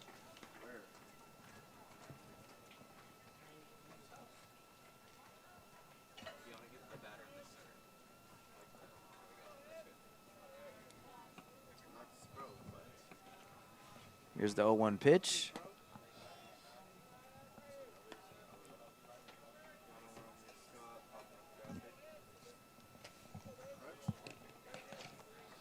One ball and 1 strike to Burgess.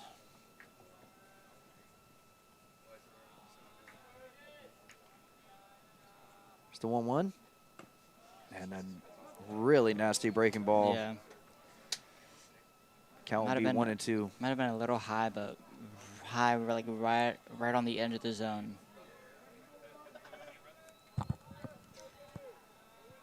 So 1-2 the count to Burgess with the 1 out.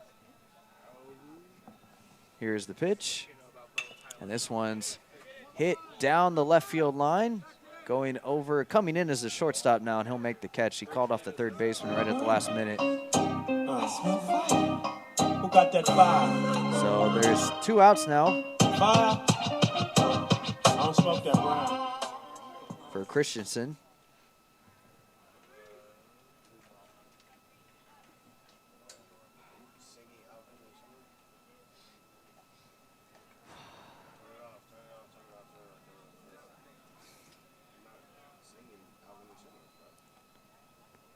Here's the first pitch, and that misses off the plate. Count will be 1-0.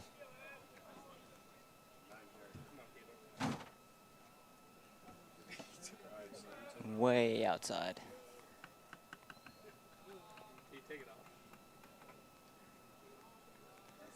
Here's the 1-0, and that misses high, 2-0.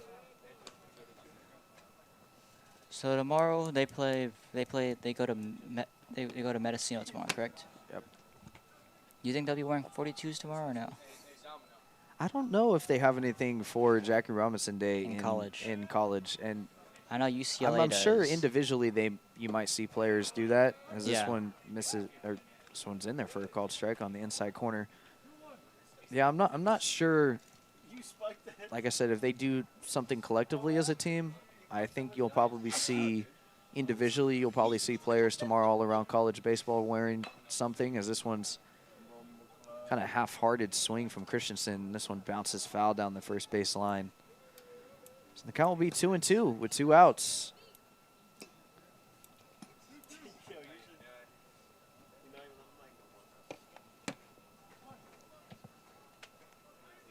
Yeah, but back to what you were saying. I know UCLA does something. I think they wear 42 on their jerseys because that's the school he graduated from. But I think they're the only college that does it. Yeah. I think. So And then obviously the major leagues.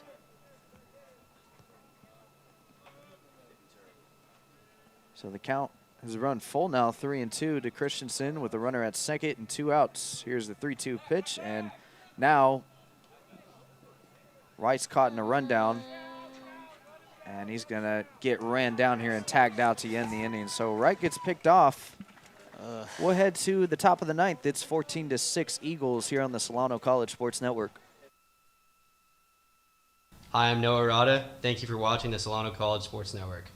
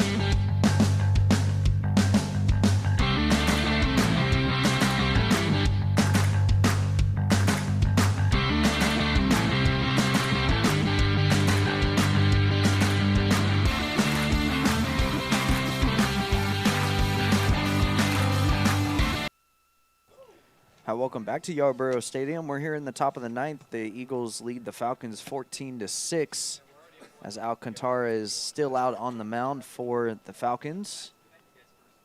As here's the first pitch of the 9th inning, and that's going to be in there for a called strike to Domincelli. Is that Italian? I'm not sure. Me and Robert were talking earlier in the game when he first came up to bat, and we were trying to figure out what ethnicity is that last name? We didn't really have time through the game to do research, but we were wondering the same thing. As here's the 1-1 pitch, and that misses outside, 2-1.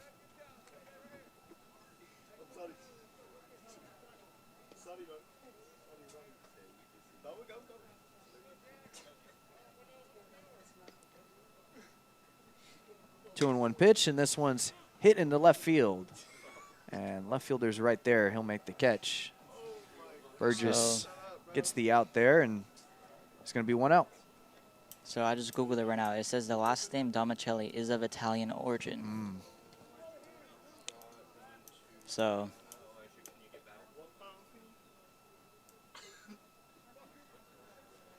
here is Cooper Dawkins stepping in, the right-handed hitter for the Eagles with 1 out. Alcantara comes to the plate, and he throws in fastball right there for a called strike. I think that fastball had a little movement on it. It might have been a little off speed. Maybe it looked I like think it did. Yeah. Could have been a Little cutter. slider. Could have been a cutter, too. Yeah. Or a sinker. Here's the 0-1 pitch, and that's in there for strike 2. I mean, Alcantara's finding the zones. I mean, that's all you can ask for. I mean, yeah, I mean, he did have trouble last inning, but after that, he's been throwing strikes all game. This one's hit to first base, and first baseman's got it. Burgess is called off Alcantara. Burgess is at first base, so he is not in the outfield anymore. I said Burgess made the catch on the first. Sure, I will look real quick and see who's in the outfield or who's in left field at least. There's 2 outs. As Ford will step in, and he takes a first pitch strike, so the count will be 0-1.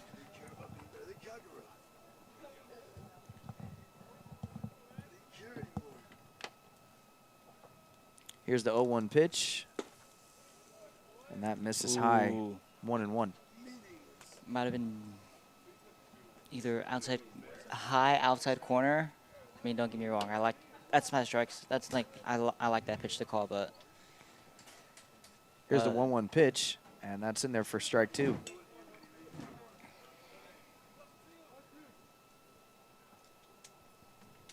This is Ford. Ford's had a very good day at the plate and on the base paths. Yes. Here's the 1-2 from Alcantara, and good breaking ball, just misses low. So the count will be 2 balls and 2 strikes.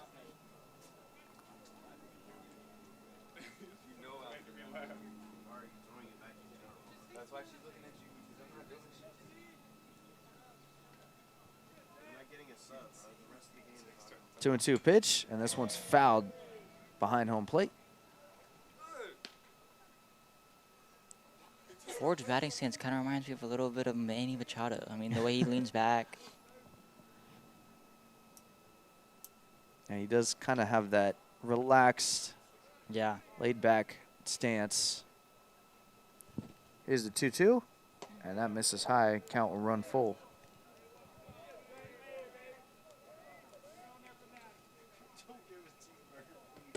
Yeah, I mean, San Diego Padres have a lot of shortstops who end up playing different positions because they have so many. 3-2, and a backdoor curveball from Alcantara freezes Ford. That'll retire the side. No runs here in the top of the 9th. The Solano Falcons will have their last ups in the bottom of the 9th. It's 14-6. Hey, Falcon family, it's Amari Bryant. Thank you for watching the Solano College Sports Network.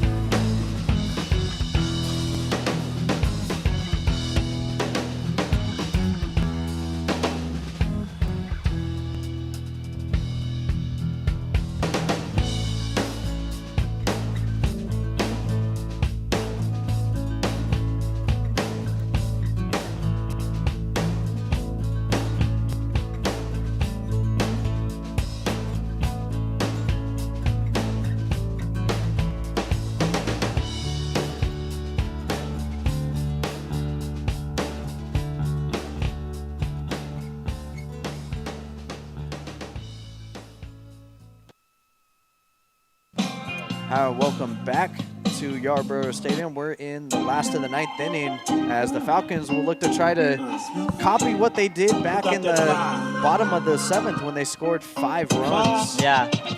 And we'll see if they can't do more and possibly tie this up or win the game. Yes.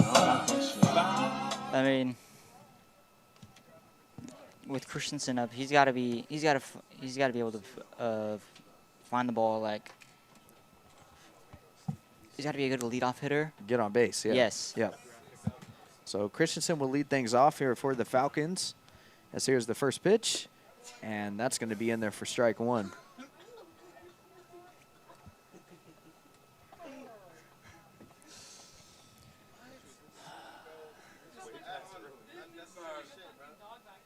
Here's the 0-1 pitch, and swing and a miss. Count will be 0-2. Why are you swinging at that? That's a ball. That is a ball. That had nasty break, though. It did. If you look at, I go back to last inning, there were some pitches that he was throwing. They definitely were like changeups, and they had big break on it. As this one's chopped on the ground, past the diving third baseman. Shortstop got a good read, though, and he made a great play. Ford, what a play. So a great play from Ford over at shortstop. Thought maybe when that ball got past the third baseman, it was going to be trouble. Through. Yes. But Ford is, like I was telling Robert earlier in the broadcast, if we were going to do the Eagles broadcast and do their stuff, Ford would be the player of the game. He has 100%. definitely been everywhere Is that for Bobby this Wood team. out there? Is that Bobby Wood out there? As Manila chops one on the ground, third baseman over to first, and Manila is retired on 1 pitch. So, see, that's what I don't like about baseball players. Like, you still ground it out, but give 100%. Sprint to the back, make it a close play. I think Manila came in to pinch hit, so, and he's been doing really good this year for them. Yeah. He's not one of their top hitters, but he, through, I believe, his last 4 games that he's played, he's had a batting average over 300. So he's been really good, and he's also really good defensively. If he gets on base, you want him to try to steal, and you want him. Yes. That's where he's most dangerous, and his speed, his athleticism. So, but obviously that's a frustrating at bat for him because you got retired on 1 pitch.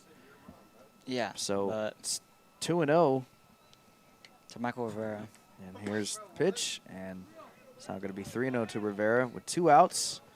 So the Falcons, unless they have a crazy magical 2-out rally, which is obviously never impossible. No, it's not. They're down to their last hitters, so 3-1 fastball or 3-0 fastball. So count will be 3-1 now to Rivera with 2 outs. And here's the pitch, and that's in there for strike 2. 2 good fastballs just painted on the outside corner. So Falcons are down to their final strike, 3-2, 2 outs. And here's the pitch, and this one's popped up. This should be playable. Coming in hard is the right fielder, and that's going to fall. So that's going to fall in between the 2 outfielders, the center fielder and right fielder, and the shortstop. So Rivera gets the 3-2 hit.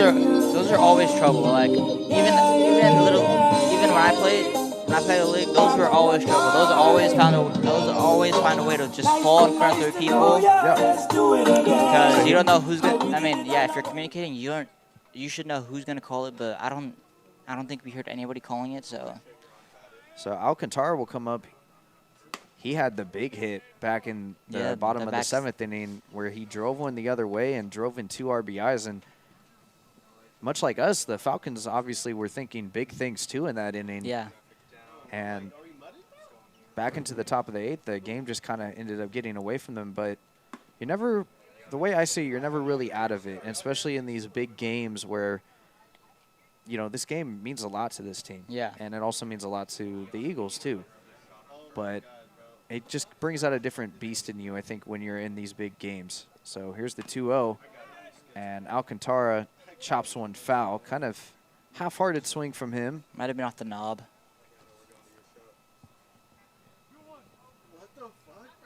Because when I see those a lot, I think it's either like up near their hands, and he's walking away with like up by the hands, or it's off the knob. 2-1 pitch, and that's inside 3-1.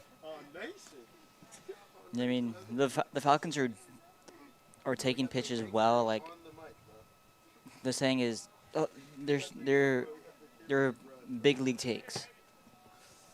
Here's a 3-1 pitch, and that misses outside, ball 4. So you're right. And really, especially what they did in that really big inning, the biggest inning that they had the whole day where they scored the 5 runs, they were doing just that. They were not chasing pitches. And the pitches that, which I had been talking to Robert about earlier in the game, they were not capitalizing on mistake pitches. And in that bottom of the 7th inning when they scored the 5 runs, not only were they being they were taking pitches outside the zone. They weren't chasing. Yeah. They also were jumping on pitches that were in the zone, and they were putting them in play, which is something in the beginning of the game against Bush that they were struggling with. But we'll see what they can do here as Hill's at the plate, and it's 1-0 to him. 1-0 pitch, and that's in there for a strike. Count's going to be 1-1. So runners at first and second with 2 outs. And here's the 1-1, and that's in tight, 2-1. That pitch just said, "Get off my plate."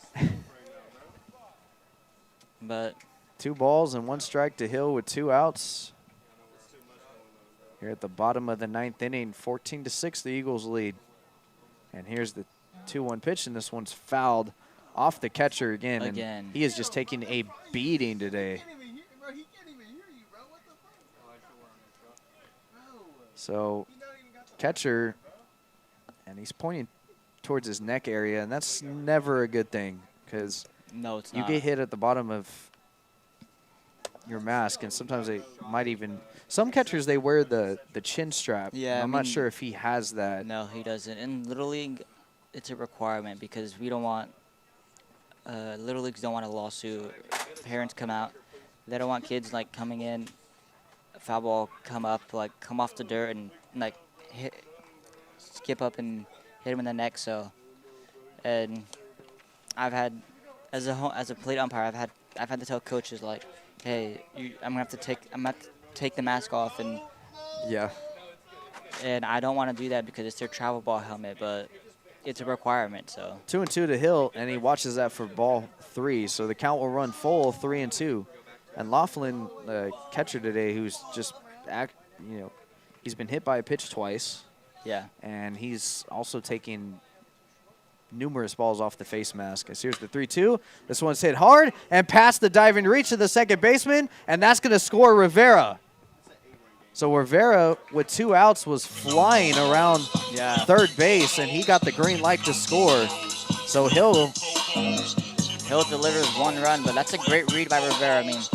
I mean, obviously, with the game on the line, especially that type of play, you should be running your hardest, especially on a line drive. Yeah, you're supposed to freeze, but with 2 outs, you're supposed to just take off. So here's Lewis, and he lines one into the gap, and that's going to get down, and that's going to score 1. Hill's going to get sent 2. He's going to come flying around third. Here's the throw to the plate. There is no throw. Wow. He's safe. He scores, and it's 14-8. 14-9. 14-9. So make that 14-9. That's 3 runs in this inning. So Chase Lewis, a 2-out, 2 RBI triple. Wow. And this game is not over yet. I see a 42. Hellcat came with a sauce. Switch out on me must be lost. Hate to be cold at the boss. Hit the paint, make that it glows. That right there for Solano is what you need. And that's going to prompt the Eagles to make a quick pitching change. It'll be Joseph coming to pitch.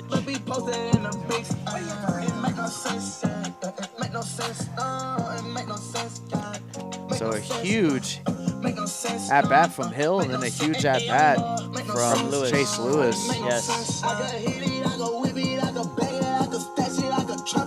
And it'll look like it'll be McGee coming in the pinch hitter.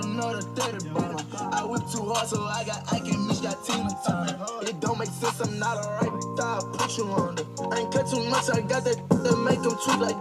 Can't be in front to try too much, the world know who I am. And I sweet who close to me, I see This is interesting. It is very interesting. Getting interesting. And this is the thing that I was talking about. Like, ever since the bottom of that 7th inning, they've really changed their plate approach and the way that they've been at the plate. They've been very patient, and as Laughlin's still getting looked at by the Falcons trainer.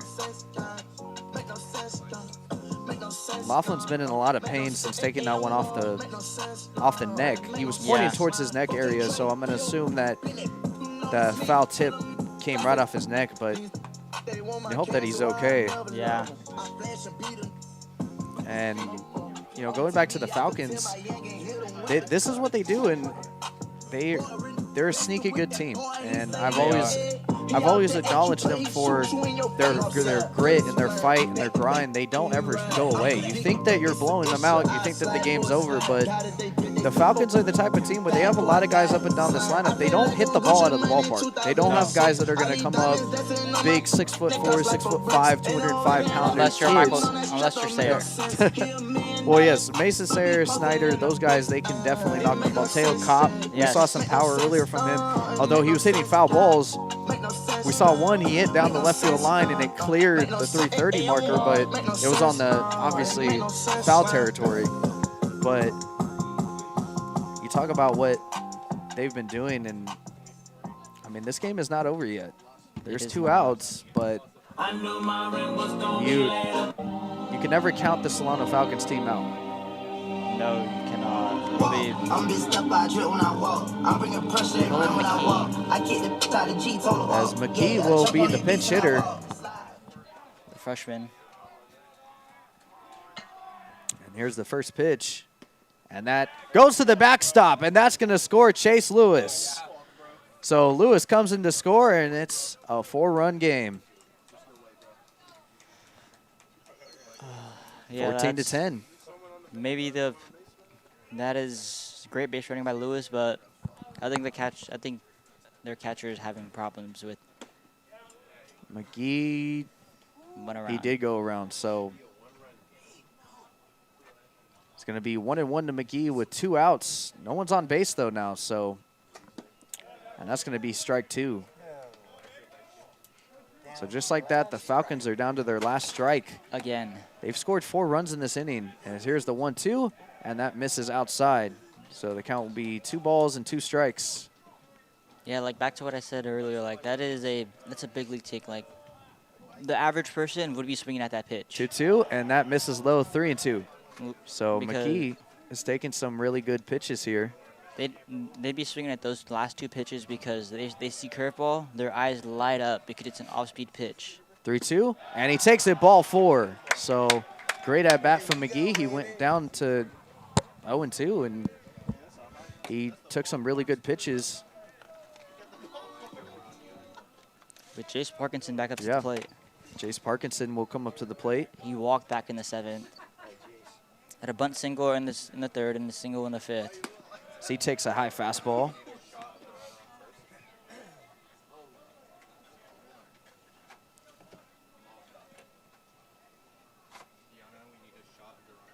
So McGee leading off at first, and here's the 1-0 to Parkinson, and he takes a, look like off-speed pitch off the plate. Count's going to be 2-0.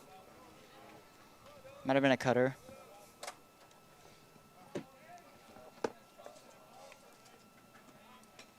So 2-0 to Parkinson. Here it is, and takes a fastball in their first strike. Count will be 2-1. Somewhat of a hitter's count right here. I mean, expect the fastball right here. 2-1. Swing and a miss. Strike 2. Parkinson's going to take a little bit of a walk around home plate. Probably going to have a little conversation with himself. Yeah. He's probably telling himself either sit back or be early on the off speed, probably that curveball. So 2-2, here it is, and this one's lined into right field, and it's going to fall in front of the right fielder, McGee. And now that ball's going to get away from the right fielder, and McGee is going to advance up to third base. So now there's runners at the corners.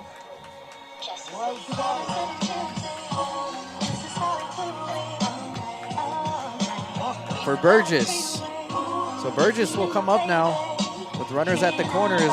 There's still 2 outs.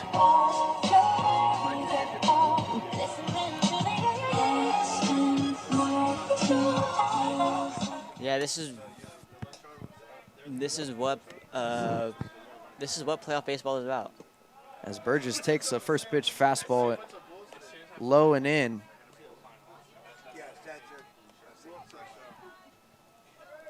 Runners at the corners. Now, quick pickoff attempt. Parkinson goes back into the bag. Yeah. Wasn't too big of a lead. I think he had just gotten off, but 1-0, and looked like Burgess was taken all the way. So Yeah. count's going to be 1-1.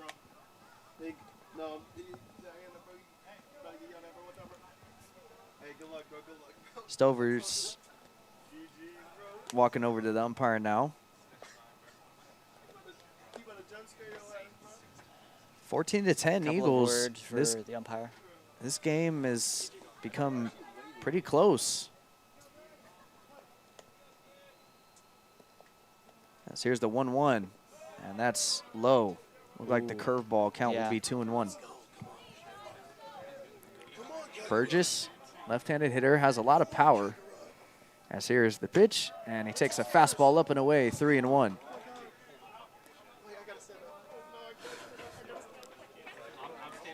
Upstairs for ball threes. Hitters count. Expect the. You might go. So here's the curveball here. 3-1 pitch. This one's hit in the air, deep, and that baby is gone! Oh my gosh! A 3-run shot off the bat of Burgess. And just like that, it is a 1-run game. It's a 1-run game, and what a shot off the bat of Burgess. A high soaring fly ball that just would not come down.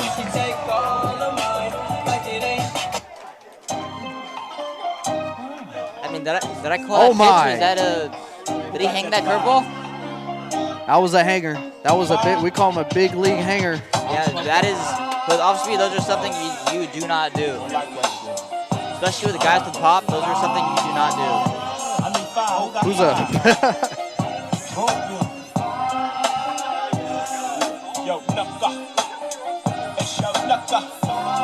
So we're going to get a meeting on the mound for the Eagles. Just a stunner here in the bottom of the 9th inning. The Falcons have scored 7 runs, capped off by the big fly from Burgess, who I was saying right before that, he's a left-handed hitter. He's a big dude. He has a lot of power. Yeah. He just doesn't show it sometimes, and he got a big league hanging breaking ball. That's the way I'm going to say it. Yes. So it's a 1-run game. And here's the first pitch. And that's going to be in there for strike. It's a Christensen. So Christensen at the plate. As here's the 0-1 pitch. And that's low, 1-1.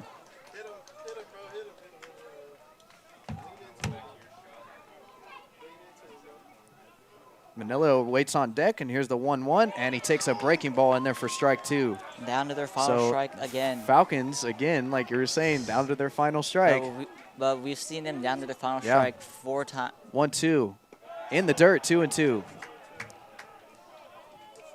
Like I was saying, we've seen them down to their final strike multiple times in this inning, and they've produced. They've taken pitches. Here's the 2-2 pitch to Christensen. And that's called strike 3 on the outside corner. So the Eagles will escape barely with a win. And I'm going to get your thoughts in a minute, Antonio, but the Falcons, they scored 7 in the bottom of the 9th inning to bring it within 1 of the James Burgess 3-run home run, which was just a stunner. But the Eagles, I mean, they scored 14 runs today. You have to expect that you would win. And, I mean, they nearly blew the game at the end of the game, but they do escape with a win. They go on a 4-game win streak. What are your thoughts on Solano today? My thoughts on Solano is that the Mendocino's first pitcher completely shut out. Only gave up 1 run, 5 Ks through I believe 5 innings. It might have been 6. But as soon as they pulled him, they just teed off. I mean, they scored 5 in the 7th, none in the 8th, and then right now they scored 7 in the 9th. So, I mean, they were being aggressive, or not, I shouldn't say aggressive. They were waiting for their pitches. Yeah, and I'll kind of add to that with the Falcons. I'll also talk about the Eagles too. The Falcons, they did not change their plate approach the entire day. They were getting shut down by Bush after that 2nd inning, but they still were waiting for their pitch. If it wasn't there, even if it was a strike, they weren't swinging. Immediately when the Eagles took Bush out of the game, everything came together. So you talk about what they did good today, and then also the Eagles, they're on a 4-game win streak now. So that's going to do it today. The final score, Mendocino beats Solano 14-13. It was a really good game. I'm Ryan Irwin. I was your play-by-play announcer after the 7th inning, and Robert Murray was in the beginning of the game. So I'm joined by Antonio Harris again. Until next time, we'll see you guys later.